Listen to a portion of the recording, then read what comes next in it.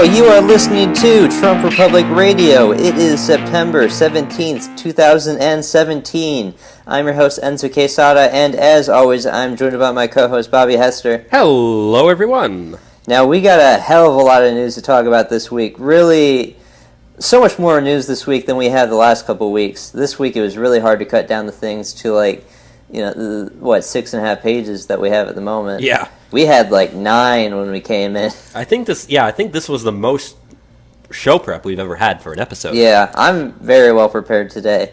But we teased on the midweek show, the opioid epidemic midweek mini podcast, what our special guest is coming soon here. So we might as well just say what that is now and give everyone the teaser. All right. So we are more than likely going to have on Texas State Representative Jason Isaac, who is the representative for our district, who has won the Courageous Conservative Award twice and has a 100% rating with the NRA. He beat an incumbent in one of the most costly races of the 2011 season. He's done some really good stuff here in the Texas legislature. He's really fighting hard for us. So yeah, we're going to do an interview of him soon. It's probably going to be a great episode. So I think so. But with that said, let's get into the biggest thing that's been happening this week, and that's DACA. Yeah. DACA has been a huge drama piece all week. You want to get into it, Bobby? Yeah, I'll pretty much just jump straight into it. So the entire controversy surrounding DACA for this week, at least, started on Thursday night when Trump had dinner with Chuck Schumer and Nancy Pelosi at the White House. Thursday night? It's Thursday night. Yeah. Yeah. And so they had dinner on Thursday night, even if it was Wednesday night. It was one of the nights this week. And they had dinner, and apparently they discussed DACA, they discussed amnesty, they did not discuss the border wall. But then Nancy Pelosi, after the dinner, went out and released some statement saying that they had talked about those things. She then claimed that Trump was pretty much abandoning the border wall and he was going to be in favor of amnesty. And this got the Trump base riled up so bad. Schumer did the same as well. And but the White House quickly, responded and said, no, that is not a true statement.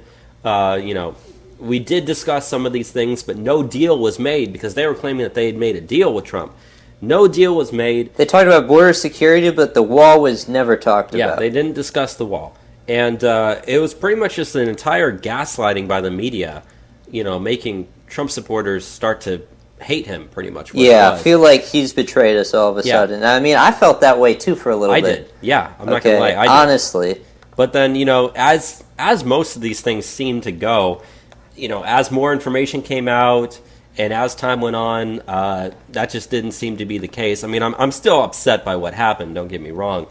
But with some of the statements that Trump made afterwards, when he went down to Florida to visit the wreckage of Hurricane Irma, they were asking him about it, and he pretty much went back to what his original position was. We're getting rid of DACA, amnesty is not on the table, and the thing is, for the first time I've seen, is he actually tweeted out saying that any discussions or negotiations that they're going to have regarding any type of legislation that Congress might pass cannot include chain migration.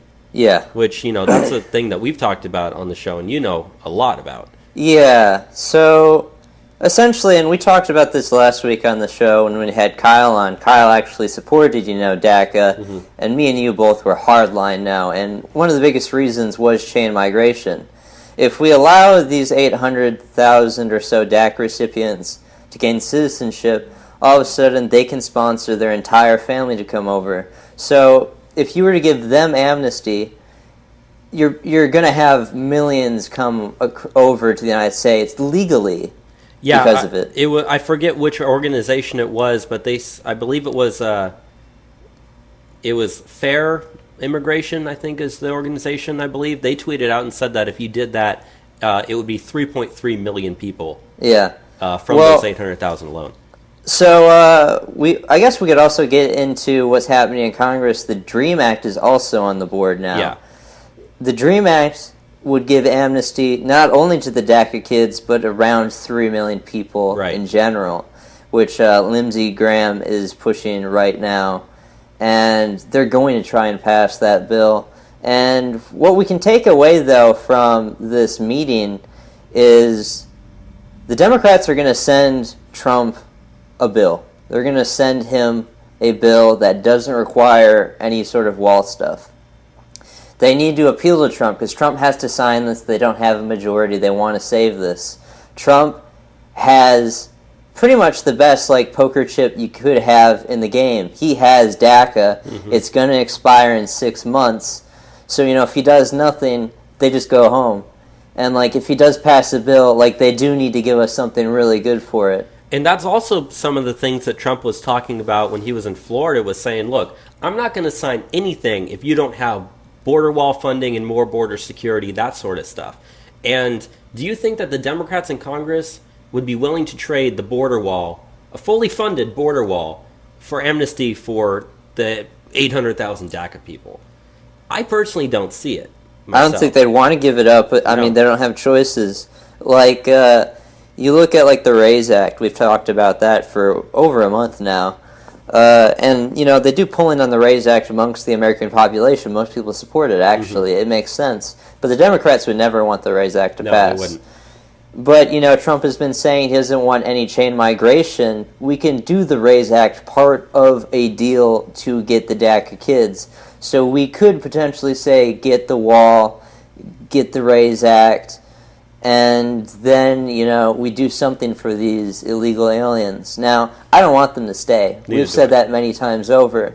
But the thing you also have to keep in mind is Trump has always said that he would look for a way to do a deal on the DACA kids. Mm-hmm. This is not actually a new thing. He's been saying this from the very beginning of his campaign. Now, a lot of people are freaking out. With Just Cause, the entire base is going crazy. I mean, people are burning Trump hats. And, you can call into the GOPe switchboard. I forget the number. I'll probably look it up before we're done. But if you want them to know, you need to call in and, don't even bother just talking to your representative. Okay, call Paul Ryan, call Mitch McConnell, tell them that you don't want any sort of DACA deal going. Because they need the pressure on them. Because it is kind of genius in the sense that Trump is making all of these people in the GOP House that we want out having to potentially vote on something coming prior to the primaries and the midterms. The DACA deal expires in March? 6 months from now, yeah, that's correct, March. And most primaries start around April. Yeah. So the campaigning for the primaries will be in full swing at that point. Yeah, full swing, but there won't be any sort of votes at that point. So we can force every sort of conservative to show their hand. Okay, no one is showing their hands right now. Donald Trump is not showing his true hand in the negotiation deal. People act like, Trump goes to one single dinner with Chuck Schumer and Nancy Pelosi, and all of a sudden he's converted over and given them everything, not, even thinking about getting a wall, and he's relenting on that. No, that's insane. Trump has plenty of time. He has all the time, 6 months down. It's up to Congress to figure out what they want to do to please him. Not only does it, you got to remember about the Republicans, it also does it for the Democrats as well. Because, like I said, Trump has said that he's not going to sign anything unless you have border wall funding and all that sort of stuff. And if they try to make any sort of deal with him, they're going to have limited immigration as some part of that deal in exchange for some form of amnesty. And that's what Congress would have to pass. So if you have very progressive people who don't want any sort of immigration limits out there, that's also going to force the Democrats to have to vote on something as well. And if you have a Democrat with a very progressive base in your district, and let's say you do vote to fund the border wall in exchange for amnesty for DACA that's going to kids, screw you over. That's going to screw you over for your primaries as well. So this really is screwing over all of Congress. It is setting them up to fail. And, I've said before that I personally don't think they're going to be able to pass anything. And I still think that right now, because I think you're going to have enough pressure from both sides. Your constituents fighting against establishment GOP, establishment Democrats versus the progressive base that's in their districts. It's not going to go well for them. And I think this is a tactic that they'll argue about it for a while, but they'll never be able to pass anything. But that's fine. Yeah. that is completely fine. Right. We can let this go the full length up to March. They don't get any sort of bill that's going to please Donald Trump. They don't vote on anything, or they do a vote and it fails. And then these guys have a failed legislative action on their record going into the primaries and the midterms, which is going to look bad for any Republican that supported any of this amnesty stuff or trying to get some sort of amnesty DACA deal. And it's also going to make the Democrats look bad. Mm-hmm. And, you know, we want to get our guys into power. That's the big focus of 2018. We can focus on, you know, getting a bill for the wall later when we have our guys in. What we want to do right now is figure out what we're going to do with this DACA thing. I don't want these people to stay here, but if they are going to stay here, we better get some goddamn good stuff. Otherwise, yeah, Trump is fucking us. And I know that, you know, there have been polls I've seen on Twitter, which obviously those are not scientific polls, but there have been polls of Trump supporters saying, you know, what would you want to see? Do you want to see a wall plus the end of DACA? Would you want to see DACA plus the RAISE Act plus the wall, and all these different polls? And it was something like almost 80-something% of Trump supporters said, I want the wall and I want no amnesty for the DACA kids. So already there you can see, you know, Trump's base is very, very much against any form of amnesty at all. Now, there's been talks of how Trump is going to do this DACA bill, because, like he said before, he wants to do this. Mm-hmm. And he's expressed, like, desire to let these people stay. Now, the big thing is we don't want amnesty at all. Right. And there is a way we can do this without giving them amnesty, and that's through work visas. So they wouldn't have, you know, permanent residency. They wouldn't have the ability to vote. They wouldn't have the ability to become citizens. Yeah, right? They wouldn't have the ability to become citizens. That's the best way, I think, that we can do this without giving amnesty. If we can just give these people work visas and, I don't know, give them maybe a harsher screening thing, because in a second here I'm going to go into some DACA fraud. DACA is a bullshit program, mm-hmm. and it's garbage that we even have to deal with this, but this is the hands that we're dealt. We just have to use this to our best advantage. And we need to get the base really mad at the Republicans about that. That's the most important thing. Because, you know, Trump has been putting out feelers. You know, me and you have been talking about this all week.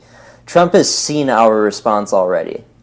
He knows that people hate this. Exactly. And remember what I said, that tweet that he had about chain migration, I've never seen him tweet about chain migration ever. He didn't tweet that until his base started getting mad at him, until people started burning MAGA hats.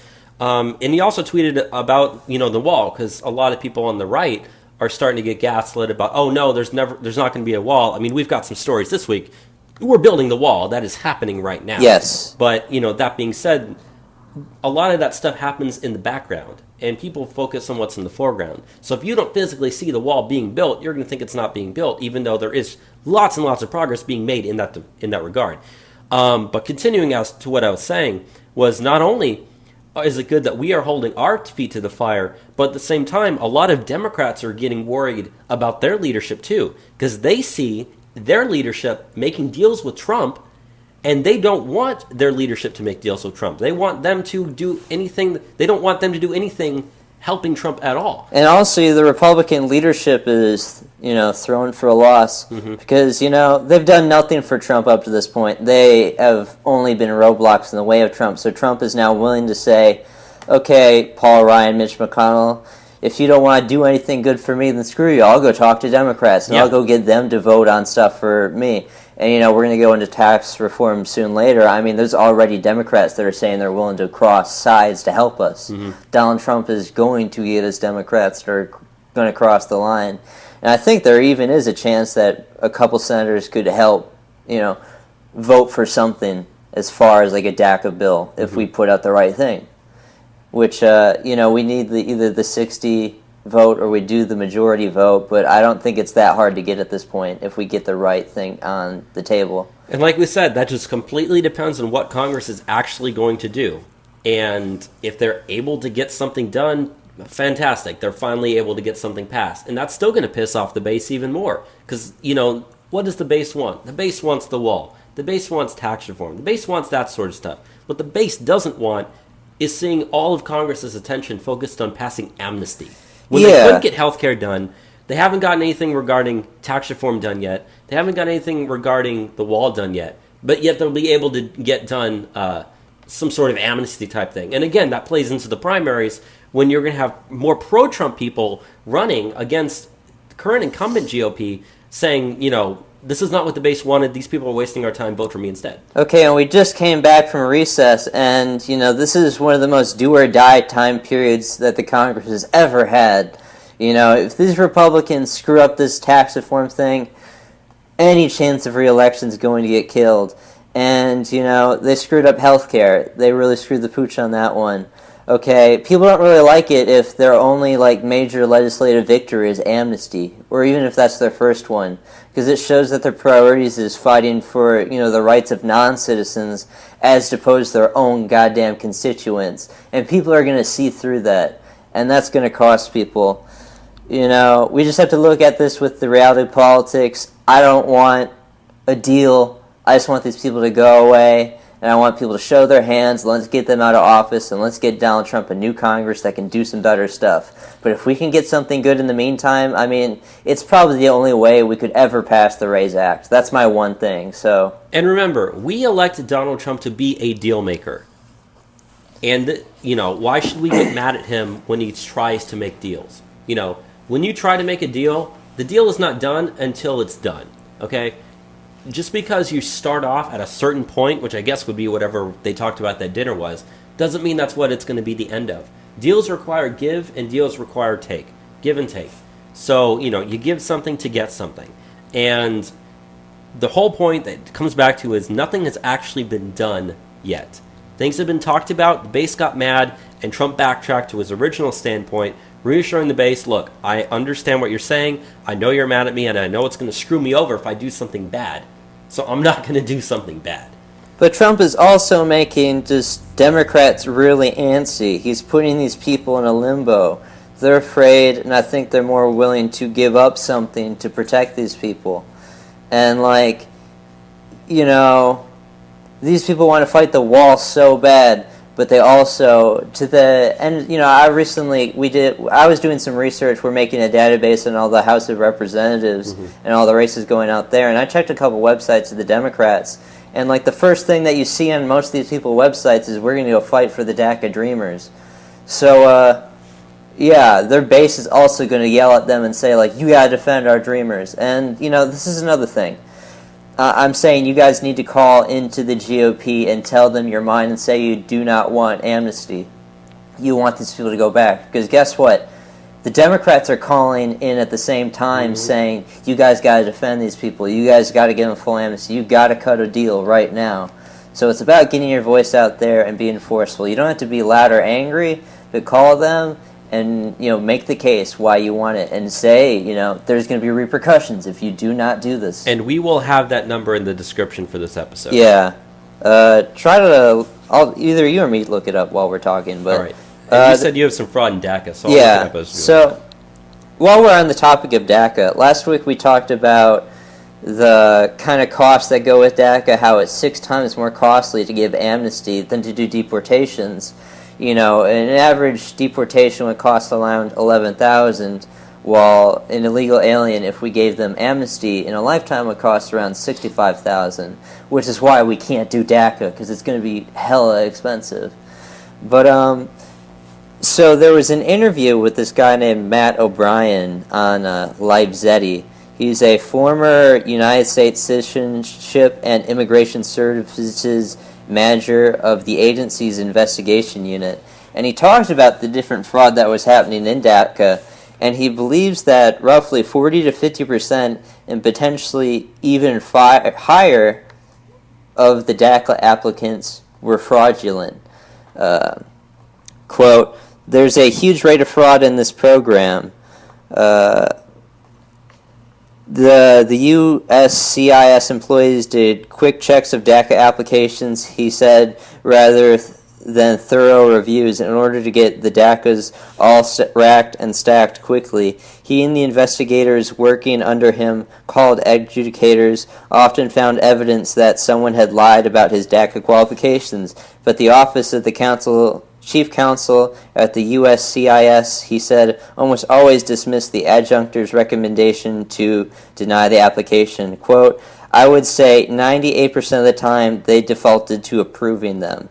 So, right there, of our 800,000 number, around half to even more so was fraudulent. Yeah. But the Obama administration was just saying, you got to get these people through. You got to get these people through.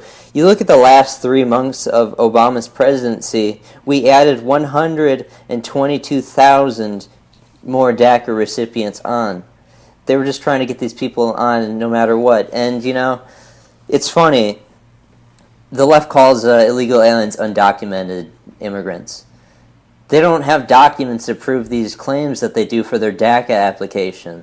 And no one's checking this. So, we don't know how old these people are that actually apply to get on DACA. We don't know if they were under 16 when they even got here. We don't know anything about that. And no one's looking into it, which is why we can't approve this, because a lot of these people aren't these great super, sanctified people that the media plays them out to be. Poor little children that had no choice in coming here. Actually, we've, since DACA has been accepted, there's been 2,100 DACA recipients that saw their protected status removed because of gang activity. And we've seen this year alone a 30% increase in those revocations due to gang activity. And we've talked before, extensively about the Dreamers, because the Dream Bill, even though that didn't pass, it's a way to, not have to call them illegal aliens. But, only 20% even have college degrees, which is lower than 40% of the American population has a degree. So the claim that they're more educated is absurdly false. 20% are high school dropouts, and another 20% that we know of people with high school degrees have no, prospects for higher education. The average DACA recipient is 26, they're not a child, and their average median income is only $41,000, so they're not fulfilling high, caliber jobs. They're just keeping wages down. So there's so many things about these DACA recipients that just pisses me off, because it's so hard to fight these false narratives, but they're everywhere, and people don't know about it.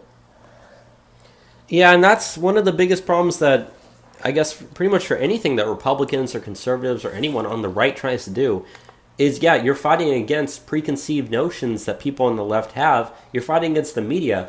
And one of the things that they consistently win on is how things are presented. If you can successfully get people to believe that all the DACAs are like, poor little children. Yeah, and that's literally how I describe it, as children.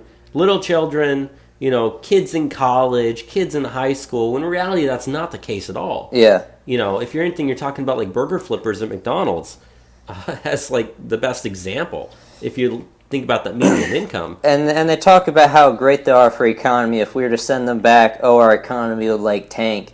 Vicente Fox, the former Mexico president's always saying this. But if these people are so great, why is he not wanting them to come back and actually make Mexico great? Because he knows that these are actually the dredges of Mexican society, and he wants to keep them there so remittances keep on getting sent back to the United States, and more of his citizens can go to the United States, where you get more remittance dollars coming back. It's very transparent. But, it plays into this thing that I've been thinking about all weekend. It's just, it's immigrant supremacist rhetoric that these people use. They try to make the case that these illegals that are coming into this country deserve to be here more than you. They deserve jobs more than you. They're better than you. They're better people than you. And the future of this country belongs to them and not us. Even though we're the citizens, we're the ones that get to vote, and we're the ones that should have a say in our future. It's not theirs. And the resources of our country belong to us and our children and their futures, and not the future of these foreign nationals. So, people need to learn to call it what it is. It's immigrant supremacist rhetoric, and it's very transparent. And, when you break it down actually into studies, they're not superior. No. Which goes back to what we've been saying is they have to go back. They have to go back. You want to give the number on that switchboard for the GOP? Yeah, the number for the GOP switchboard is 202-224-3121. Again, that is 202-224-3121. That will be in the description of this episode. So you call into that, and it's going to bring you a switchboard operator, and they'll say, like, who do you want to talk to, whose office? Talk to your representative, talk to your senator, go talk to Paul Ryan, go call Mitch McConnell, call anyone you want. Just make sure they know. I'm going to be calling tomorrow a couple people I know. And remember what we'd said, don't be mean, okay? No. Be respectful, be calm, but be make stern. Your voice heard. Be stern about this. And do it. Yes. And keep doing it. Keep calling. Call for everybody. So you can call every day. It doesn't matter. Just make sure these people know. Right. Let's move on to the session stuff, though, now. Right. So, moving away from DACA, we're moving into the other stories of the week. So the first thing we have is apparently Jeff Sessions was floating the idea of putting the entire National Security Council through a lie detector test in order to find out who's actually leaking information right now. I think that would actually be pretty funny if he actually was able to do that. Yeah, when I read this, I thought it sounded pretty funny. It also just shows how serious the leakers have been causing a problem with the administration, how desperate it is to get these people out. He said that he doesn't know how well the results of the testing would go, but it would scare people not lying. Yeah. So I don't know if they're going to do this at all. It sounds kind of crazy, but... Yeah, I doubt they'll actually do it, but just imagine the scare it would put in these people if a group of guys starts walking in with a polygraph, they sit it in the office where everyone can see, right in the middle, and they say, it's your turn, come here. It's your turn, come here. It's your turn, come here. Knowing, oh crap, they're coming for me. That's going to scare those people into not leaking anymore if they don't get caught. There. Hopefully fessing up. But yeah, I hope they do that. That sounds fun. Yeah, and I think even, like I said, even just floating that idea does scare those people because they know people are coming after them. Yeah. So, let's get into the Hope Hicks thing. So the next thing we have, not too much to talk about here, but a few weeks ago we talked about how Hope Hicks was named as the interim White House communications director to replace the Mooch, Scaramucci, when he quit. And she's now been promoted to full-time official White House communications director. So I guess that's a good thing. I mean, she's young. She's on board with the program. She's 28 years old. She was in the campaign for a while. I don't really have an opinion on Hope Hicks too much. No, neither do I. I liked the Mooch for a week. Yeah, he was before great. He was gone. But, just nothing really much to say about that. I'm kind of in the same boat as you. I don't really have an opinion on her. From what I've heard, she's pretty good. It seems like she's a better leader than most. Oh, yeah. She's very similar to Sarah Huckabee Sanders. And Sarah Huckabee Sanders compared to Sean Spicer, there's no question who's better at that job. And Hope Hicks is very similar to Sarah Huckabee Sanders in the way that she runs things and deals with the press. At least that's what I have heard. So I guess in that I like her, but I'm a results person, so I'll have to wait and see what she does. I guess she's been doing a pretty decent job so far in the few weeks that she was with the interim, because I didn't hear anything negative come out of there. But I guess we will see how that goes. Yeah. Let's get into something that I know we've been eager to talk about, though, and that is tax reform, where everything is sitting at the moment. Right. So the big story that we have talking about tax reform for this week is a statement that was made by Treasury Secretary Steven Mnuchin. And on Tuesday, he said that the Trump administration is considering backdating tax reform to the start of this year. Now, what that would mean is that, most of the time, if you're going to pass tax reform, it wouldn't take effect until the next year when people are paying their taxes and filing tax returns and stuff. But by backdating it, all those effects that you would make changes to this year would apply for this year. And pretty much what they want to do for that is immediately boost the economy straight away without having to make people wait at all. Yeah. So that should boost the economy. It definitely would. Very much so. And also, if you think about it, this kind of gives Congress a little bit of leeway, if you think about it. Because they've got so much pressure to pass tax reform in the next few weeks or a month. But if you can backdate it, as long as you get that thing passed before the end of the year, you can backdate it, And then people get to file their taxes under those tax rates. Right, because, individuals that pay their income taxes, they'll start getting all that information together around, February or so, and then it's due by the end of April. So, yeah, if you're able to get these things this passed and have it backdated, that's an immediate change that people will see in their pockets, in their wallets. Now, we were talking, me and you, earlier this week about, everyone spends a lot of money around Christmas time, and we're heading into Christmas doing this tax reform thing. If we can do this tax reform before Christmas, everyone will know that they are going to be getting, everyone in the middle class at least, knows that they're getting a cut.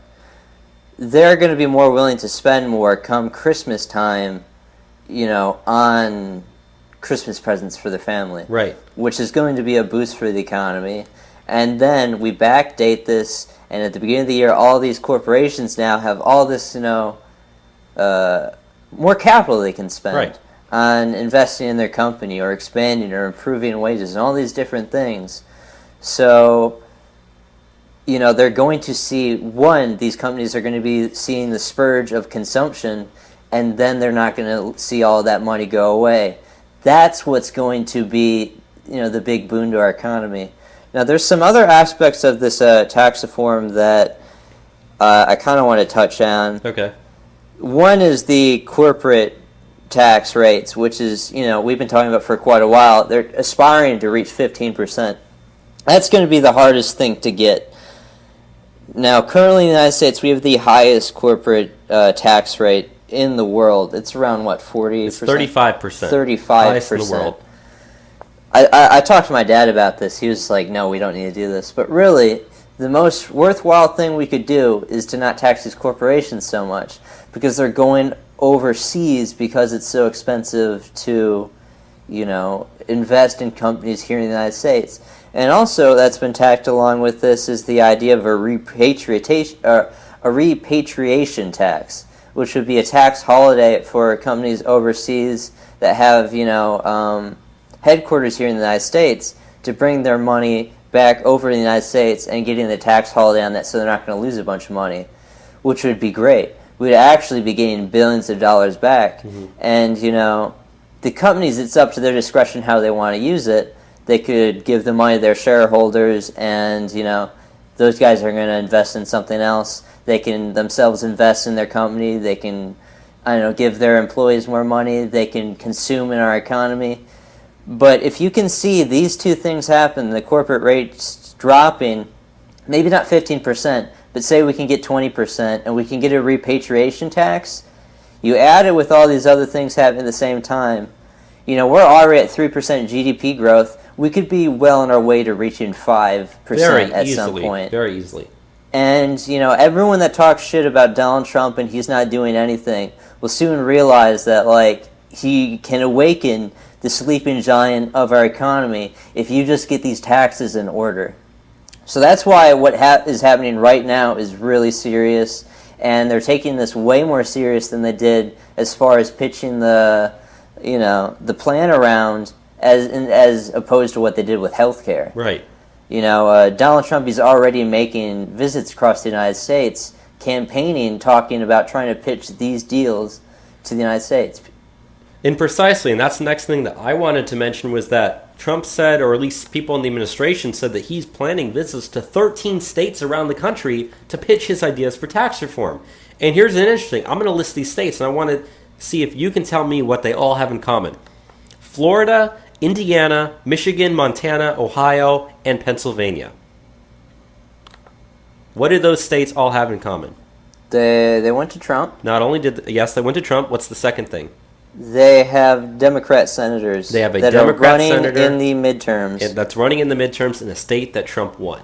Yep. So not only is he pitching tax reform, he's pitching it directly against the vulnerable Democrats in the Senate who could potentially lose, trying to get them on their side, which is exactly what we had mentioned before. Yeah. That the people in the vulnerable districts are going to be more willing to make a compromise on tax reform than, let's say, like a senator from California or something would be. So this is a perfect good strategy for him to do. I know he's already gone to a couple of states, but he's planning to go to 13 of them with those included. And in the next, 2 months. Yeah, very, very soon. So, and like I said, by backdating taxes to January 1st, that takes a little bit of pressure off of wanting to pass it immediately. Because if you're able to put it as to backdate it, you could theoretically pass that on New Year's Eve, and it would count for that year. I mean, I'm not sure how well passing it for in January is going to go. I doubt they want to do that. I don't think it would work at that point, just logistically speaking. No, we already know as of Tuesday. I'm just going to jump on the next thing that we have for this, that Trump, Pence, and some other GOP senators, they met with 3 different senators, Democratic senators, Joe Manchin of West Virginia, Heidi Heitkamp of North Dakota, and Joe Donnelly of Indiana. And the 3 of them have said they're willing to working with Trump on getting tax reform done. As we said, this is a topic to get bipartisan support on the deck than for other people. All 3 of these senators, Joe Manchin, West Virginia, Heidi Heitkamp, North Dakota, and Joe Donnelly, Indiana, they're in red states. They're in states that went for Donald Trump pretty solidly red. Indiana's probably the most swing, but even then, it went pretty solidly for Trump. Oh, yeah, easily. It was 20% win. And, Joe Manchin, Heidi Heitkamp, they have pretty good approval ratings. Joe Donnelly, not so much. So, Yeah, we got Joe Donnelly as one of the, for sure people that's going to lose re-election as far as we're concerned. Manchin and Heidi Heitkamp are not up for re-election in 2018. Heidi Heitkamp is. Heidi Heitkamp is? Yes, okay. She is up, but Joe Manchin is not. But Joe Donnelly is. Yeah, Joe Manchin from West Virginia, he's 2 steps away from switching to Republican. He should be a Republican. It's crazy. Yeah. But, so if these people want to hold on to their seats as Democrats in these red states, they understand that they need to back what Trump is doing. Because the people in these red states, they're getting frustrated with how Congress is not doing anything. They just want people that are going to back what Trump is doing. Because they voted for Trump because they believe in him. He has the mandate to rule, and they're looking for these people to follow through on Trump's mandate. So I do feel really good on tax reform, where it's heading. I think we're going to get this done before next year. That's what we've been saying. I do. And, if anything, I think the Trump administration really needs a win right now. Yeah. And tax reform is the perfect opportunity to actually do it. And as far as, how Trump is campaigning, the tax reform bill, we don't have a plan yet. That's the crazy part. But he's still going out already, saying the ideas he wants. And he's also following up all these visits, sending in other operatives to also be pitching, also be doing interviews and whatnot. I know in North Dakota, I forget which operative he sent out there, but, he was pitching on TV how, look how the estate tax hurts farmers. And that has a tremendous appeal to people that live in North Dakota. It's so rural, there's so many farmers, and the estate tax is a big problem for people that are farm holders. There's so many different things that can be done to help people all across the country using the tax reform ideals that we have pitched, Donald Trump has pitched and we've pitched before on the tax reform episode of the show that we've done before, going over the plan in great detail. Any other things you want to say on tax reform? I guess the last thing I want to say is just regarding some of the statements that Trump also made again when he was down in Florida and they were asking him some of these questions. He specifically said that his priority right now is the middle class, is getting tax reform done for the middle class. If that means not having taxes lowered as low as you want for richer people, fine. He wants to get a deal done, but his priority right now is the middle class. They're the ones who are hurting the most. They're the ones who need to be helped out the most. So I would not be surprised if when this thing is all said and done, taxes aren't lowered as much for rich people or corporations as we think they are. But for the middle class, there's definitely going to be huge overhauls done in that regard. Yeah.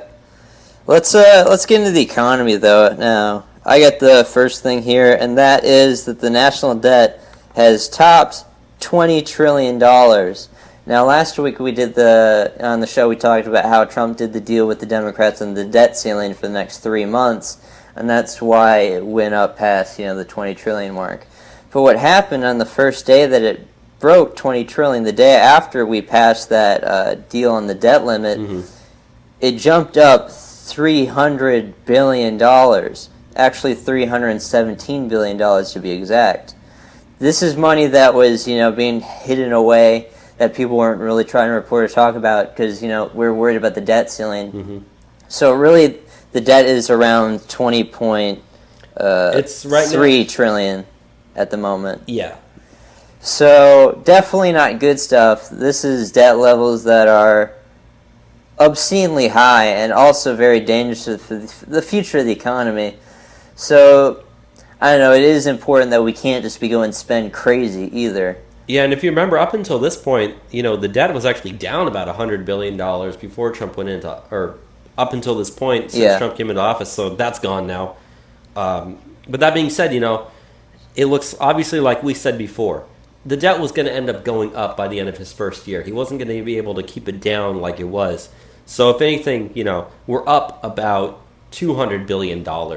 But the progress on the debt ceiling or the total debt has been slower than what we've seen under Obama. Yeah, tremendously slower. I mean, in Obama's first year, it went up by like $800 billion. I believe, if that's correct. So if Trump can only make it go up by like $200 or $300 billion in his first year, that's a significant slowdown in government spending. Yeah. So I don't know. Not good that it's so high, but at this point, with the way that the government is just so over bloated at the moment, there's no way we're going back. Yeah. That's the hard part. We're never going to be able to pay it off. And if you look at even unfunded liabilities that we have going into the future, it's something close to $75 trillion. Yeah. So that's the number that worries me more than the national debt. Yeah, we have no idea how we're going to take care of Social Security or Medicaid going in the future. But hey, it's the federal government. It's how the stuff goes, I guess. Yep. So the next thing that we have up on this list is some good news. And that is that in 2016, middle class income hit the highest level on record, according to the U.S. Census Bureau report. And that is the median household income in America is reported as $59,039 last year, surpassing the previous record of $58,655, which was set back in 1999. So, you can look at it alone right there. Our median U.S. household income is not only at the highest level ever. The last time it was this high was 1999. Okay, that's 18 years ago. So, we're already seeing, and keep in mind, this was back from 2016. This data just came out. So I would love to see where this is going to be for next year, because obviously we know that wages have gone up. Jobs have returned to this country since Trump came into office. So I'm very, very curious as to a year from now, when they release this data again, what it's going to be for 2017. Yeah, we, as you said, we haven't seen wages at all even rise for so long. It's good to see at least some sort of relief to the middle class that hasn't been there for decades. Not only that, but according to the report as well, America's poverty rate fell to 12.7%, which is the lowest since 2007, which was the year before the financial crisis. So we're also seeing poverty levels are starting to go down as well. Which ties into the stuff I want to talk about next, which are some pretty staggering numbers, which is kind of lending itself to why it's so important we do stuff for the middle class and stop prioritizing, illegal aliens and whatnot, and actually focus on getting these people some help, get them some tax reform that they need. Because at the moment, there is 97 million American workers that are living paycheck to paycheck. Now, there is some really staggering numbers on how these things go that I got here. So the Motley Fool has a study out that saw that personal saving rates in June 2017 was a measly 3.8%, or $3.80 for every $100 a person earns, which shows that people don't save much, if at all. So if you look at someone who has a median household income of $50,000, it means that they're saving around $4,000 a year. Now, $4,000 in savings is not a whole lot in case of anything happens or some sort of major medical expense. You have to replace your car. Something happens. It's not a lot. But also, though, there's another study from Go Banking Rates which found that 69% of Americans that they surveyed had less than $1,000 in their saving, and about one-third had no money in reserve at all. Wow. And considering that, the United States' economy is 70% consumption-based, what it shows is people are, rather than saving, they're over-consuming. You look at credit card debt, we've reached an all-time high of $2.027 trillion. We also have, $1 trillion in auto loan debt and about $1.4 trillion in student loans. So not only is the federal debt, crazy at the moment, also personal debt is extremely high. Now, I'm going to go over now the most troubling statistics that we can find from the studies that we've seen out of Motley Fool. And this is also from a survey by Career Builder and the Harris Poll, which found that 78% of full-time U.S. workers, 87 million American workers, are now living paycheck to paycheck, up from 75% in 2016. So the survey suggests that only 19% of workers save more than $501 monthly, while at the other end of the spectrum, 56% were saving less than $100 a month, including 26% who saved nothing monthly.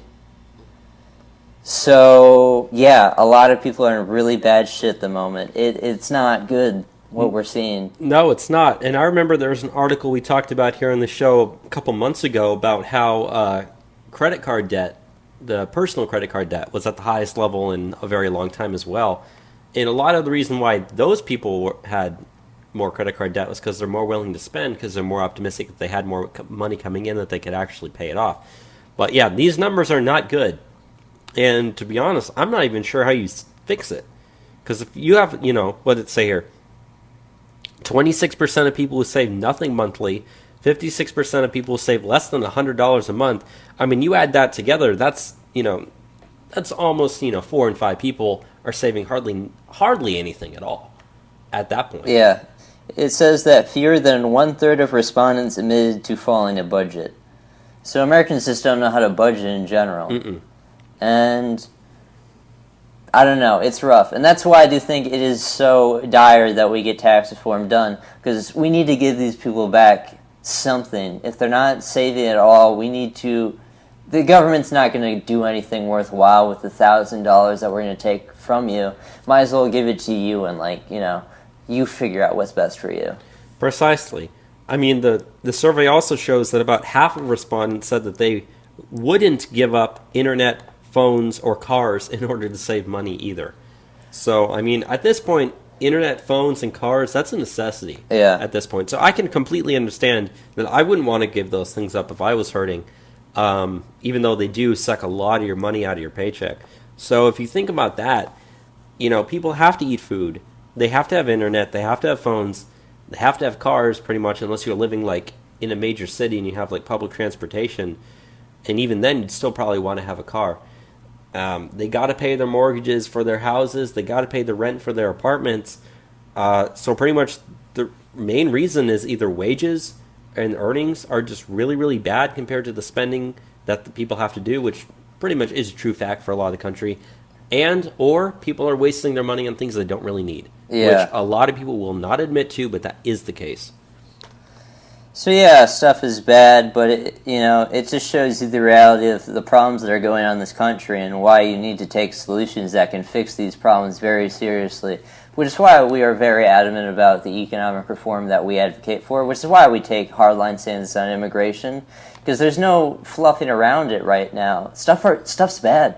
And there's also one more thing that we are forgetting to mention regarding this, and that's part of the reason why people don't save money, is they have no incentive to save money. Yeah. The past 8 years, interest rates have been almost 0%. So as the Federal Reserve continues to raise interest rates, your banks are going to have higher interest rates because of that, and therefore you're going to have more incentive to save because that interest you get will continue to grow and grow and grow the more you save. Yeah. So, you are incentivizing people to save your money. You're incentivizing people to get more money, I guess, not really necessarily saying more money out of the economy, but get people saving money more, which is important, which, as we said, these current things right now cannot continue the way things are. Yeah. So you have to have people saving more money, one of the ways to do that is for the Federal Reserve to raise interest rates, which is exactly what they're doing. It's about, and we do this with many things when we talk about the policies we advocate on the show. It's about incentivizing good behavior and disincentivizing bad behavior. And that's why it is good that we're seeing the Federal Reserve doing these, interest rate hikes. Because, not only are you getting money on the interest that you have on money in the bank, it's also increasing the interest on loans. So, like, people won't be taking out, as risky things if the cost of interest on loans is higher. Right. I mean, it's tough, but it's how this stuff works. That's pretty much all I have to say about that. So, do you want to go ahead and do you have anything else to say before we move on? Let's move on. Okay, so the next story we have, I know we both read up on this story, so we can have a good discussion about this. But I kind of liked it, so I pretty much stole it from you because you were going to talk about it. Yeah, I was the one that found it. Yeah, but the thing we're talking about is Texas is now being considered for one of the building sites for the Hyperloop One route. Now, if you don't understand what a Hyperloop is a company that's pretty much wanting to create very, very fast travel around the country. And what a Hyperloop actually is, if you imagine when you go to like a bank or something like that, they have those little like pod type things, and you stick your money or a check or whatever in the pod, and you stick it in a tube, and it sucks it on the tube, using suction. And it travels really fast to where it's going, and then it travels back to where you are. If you've never actually seen one in person, you've probably seen videos of one in movies, TV shows, whatever. You understand what those are. That's essentially what a Hyperloop is, except instead of money being put inside a little container, it's going to be people. Okay? And what it does is it works by having a kind of like a giant tube that can seat 8 to 10 people in it, and you get inside it, and because it's airtight, it's able to travel very, very fast on an air pocket because it's suspended sort of within this tube. And it's able to travel extremely fast speeds. They're currently building prototypes out in the California desert. I mean, I've been following this company and these things for like 5 or 6 years now. But now that they're actually having successful tests, they're thinking about places to actually build them. And Texas was now being considered because their team that they have that's working in Austin has actually won a SpaceX Innovation Award. Now, if you remember, SpaceX is the company, much like Tesla, that is owned by, the Tesla guy. Elon Musk. Exactly. I can't believe I forgot his name. But, that being said, Hyperloop One announced a route in Texas as one of the 10 around the country that are being considered for their systems. So what they currently want to do is they want to build a network that connects the cities of, let's see right here, Austin, Dallas, Houston, San Antonio, and Laredo, which would make traveling between any of those very, very fast. That said that you could travel from Austin to Dallas in 20 to 25 minutes. Which is about a 3-hour drive. Yeah. We live just south of Austin, so we'd be in the center of this. Yeah, it would be going right through our city if they actually built it. That's the crazy part. We could take part in this. It takes... From San Antonio to Austin, it's an hour and a half? Depending on traffic. I did San Antonio to Austin last night. It's depending on traffic, it's about an hour and a half. Ooh, you could do that in about 10 minutes. Yeah, easily. That's the future. I love that. I'm so excited. I am very, very looking forward to this because they've also talked about building ones that go from all the way across the country, from Houston to San Antonio through El Paso all the way to Los Angeles. Ultimate goal. You could get to Los Angeles in maybe 2 or 3 hours. Okay, that's a 2 to 3 day drive, depending on if you like speeding on the highway or not. And you wouldn't have to take a car. No, and you wouldn't need a car. And so, if you're a person who cares about green energy, greenhouse gases, think of all the money you're saving. I mean, this thing, it essentially works like an air hockey table. You got air that's kind of coming up that levitates the thing that's able to make it go very, very fast. I mean, you've played air hockey. Yeah. If you turn the air off and you try to hit the puck, it's going to go about a foot and then stop because of friction.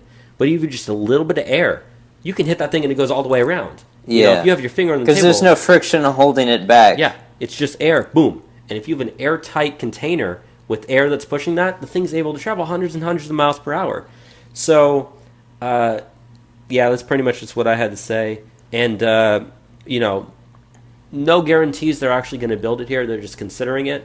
But I'm definitely looking forward to the day when that does happen. And if you're interested, the team is called the Texas Guadalupe. Texas Guadalupe. Yeah, so play on the word Guadalupe or Guadalupe. So I think that sounds. Oh good. yeah, that is pretty clever. Literally, Guadalupe, Guadaloop, loop is in, Hyperloop. Yeah. So that's pretty cool. And apparently they said that they have a pod that they're testing out at the University of Texas's J.J. Pickle Research Campus. I'm not quite exactly sure what that's at, but they said that's where they're building their test track at. Huh. So that'll be something that's looking forward to do. And I'm happy about it. It'd give me good reason to go to Dallas or Houston for once, because I never want to travel out there. But, I mean, if I can get there in 20 minutes, I'll go. I mean, that would completely revolutionize work.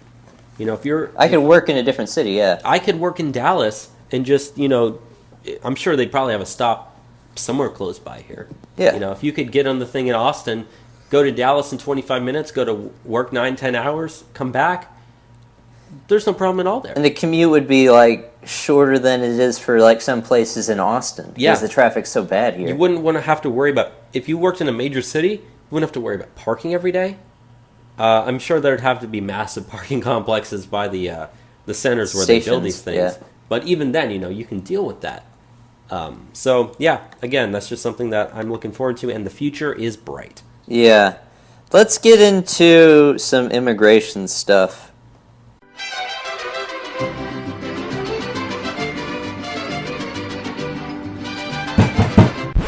Open the door! Immigration! La migra, vamos, niños! This week in immigration. So, immigration this week, we got a lot of interesting stuff. Some good, some bad.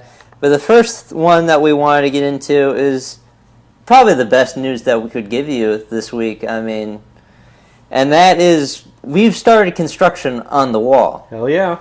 Now, the DHS, the Department of Homeland Security, has issued waivers to waive certain laws, regulations, and other legal restrictions to ensure the expeditious construction of barriers in the vicinity of the international border near Calexico, California.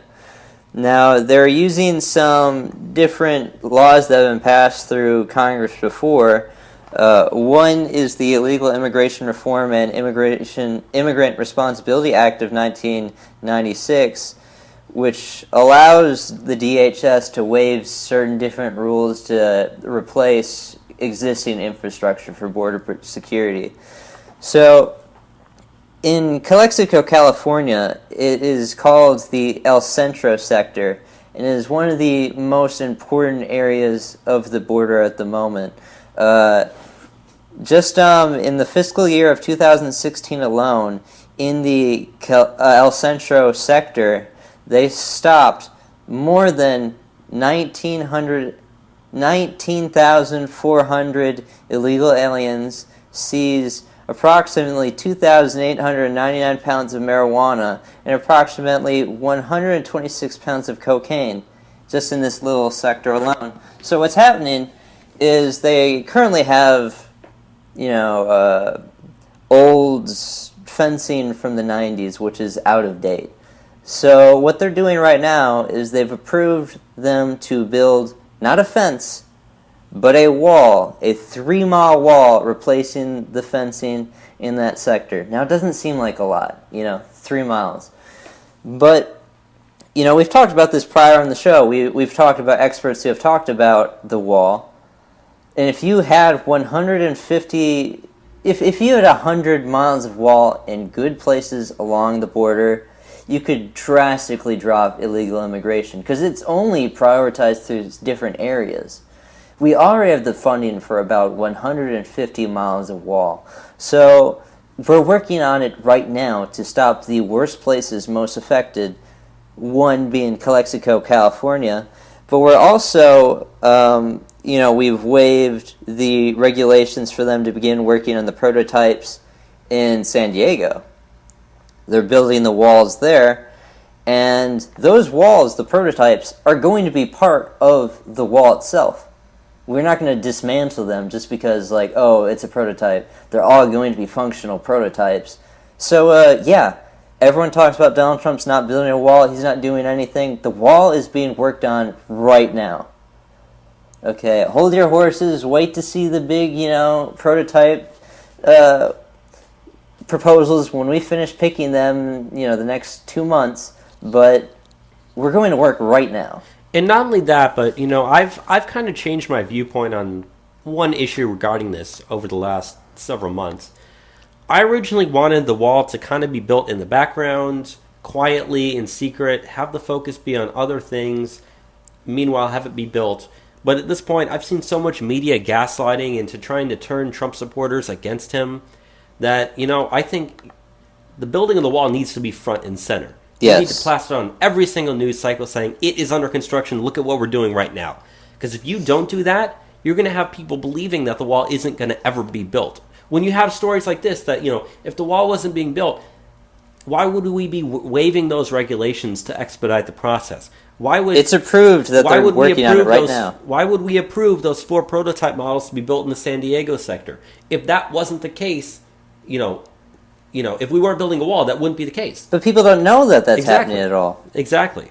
The wall's being worked on right now. Chill about the wall. Exactly. We're on track with the wall. But that's why, as you said, it does need to be more vocal. And that's one of the big things that's good about having the debt ceiling, only for 3 months as opposed to what Paul Ryan wanted to do, 18 months.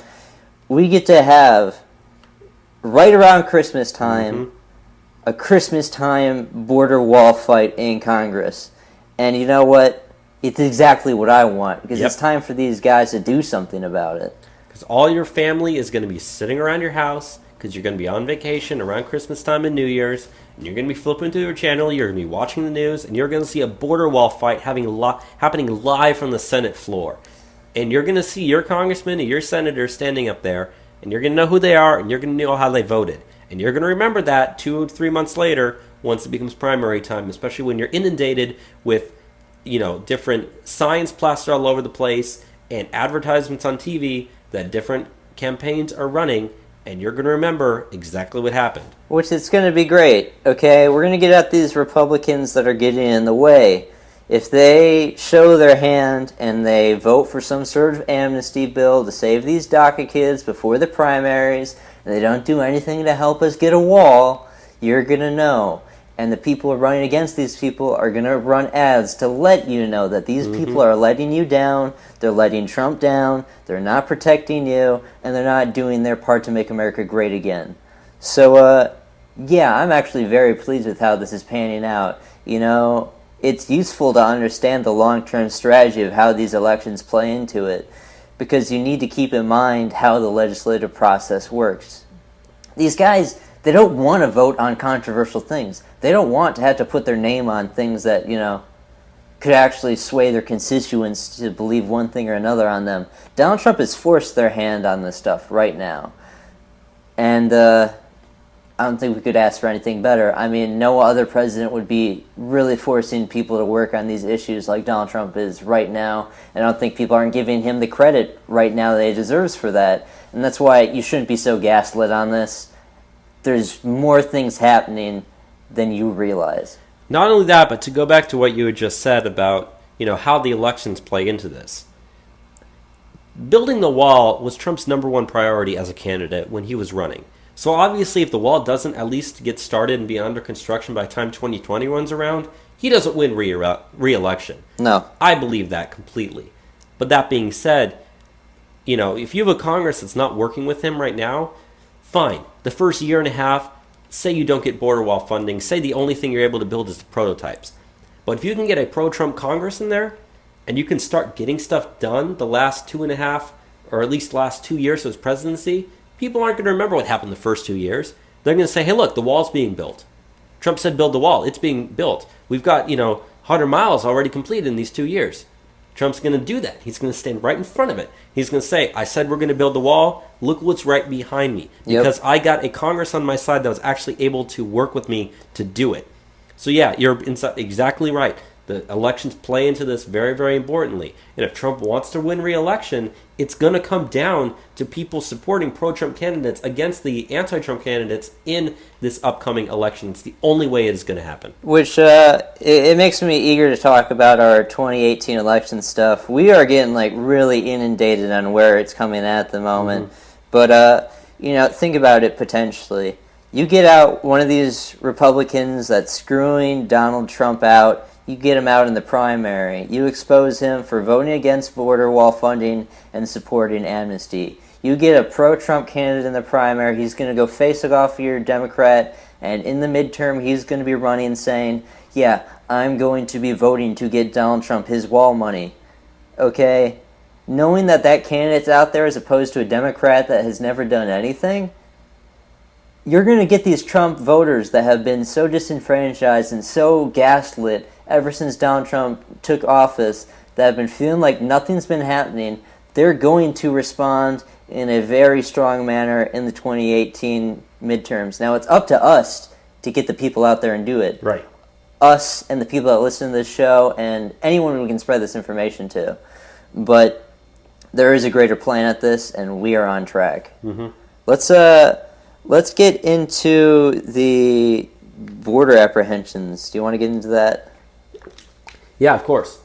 So we actually have, and this is kind of some bad news as it stands right now. So good and bad, I think. Yeah, depending on how you frame it and how you look at it. Yeah. So border apprehensions right now are currently up for the 4th straight month.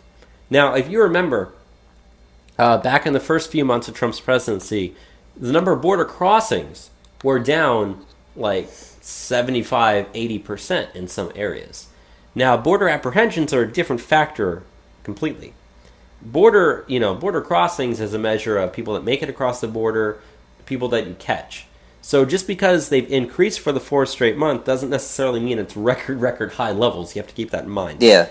And in general, we are still down very, very, very much from January, when Trump, for the end of Obama's presidency and when Trump came into office. But we're seeing an uptick now. And a lot of that has to do with the fact that it's summer. And summer's a high priority time when people try to cross it, even though it's like hot out there. But that's still a time. We see that the months of April, May, June, and July, it's gone up. And by the time it's come back down, is right around the month of August.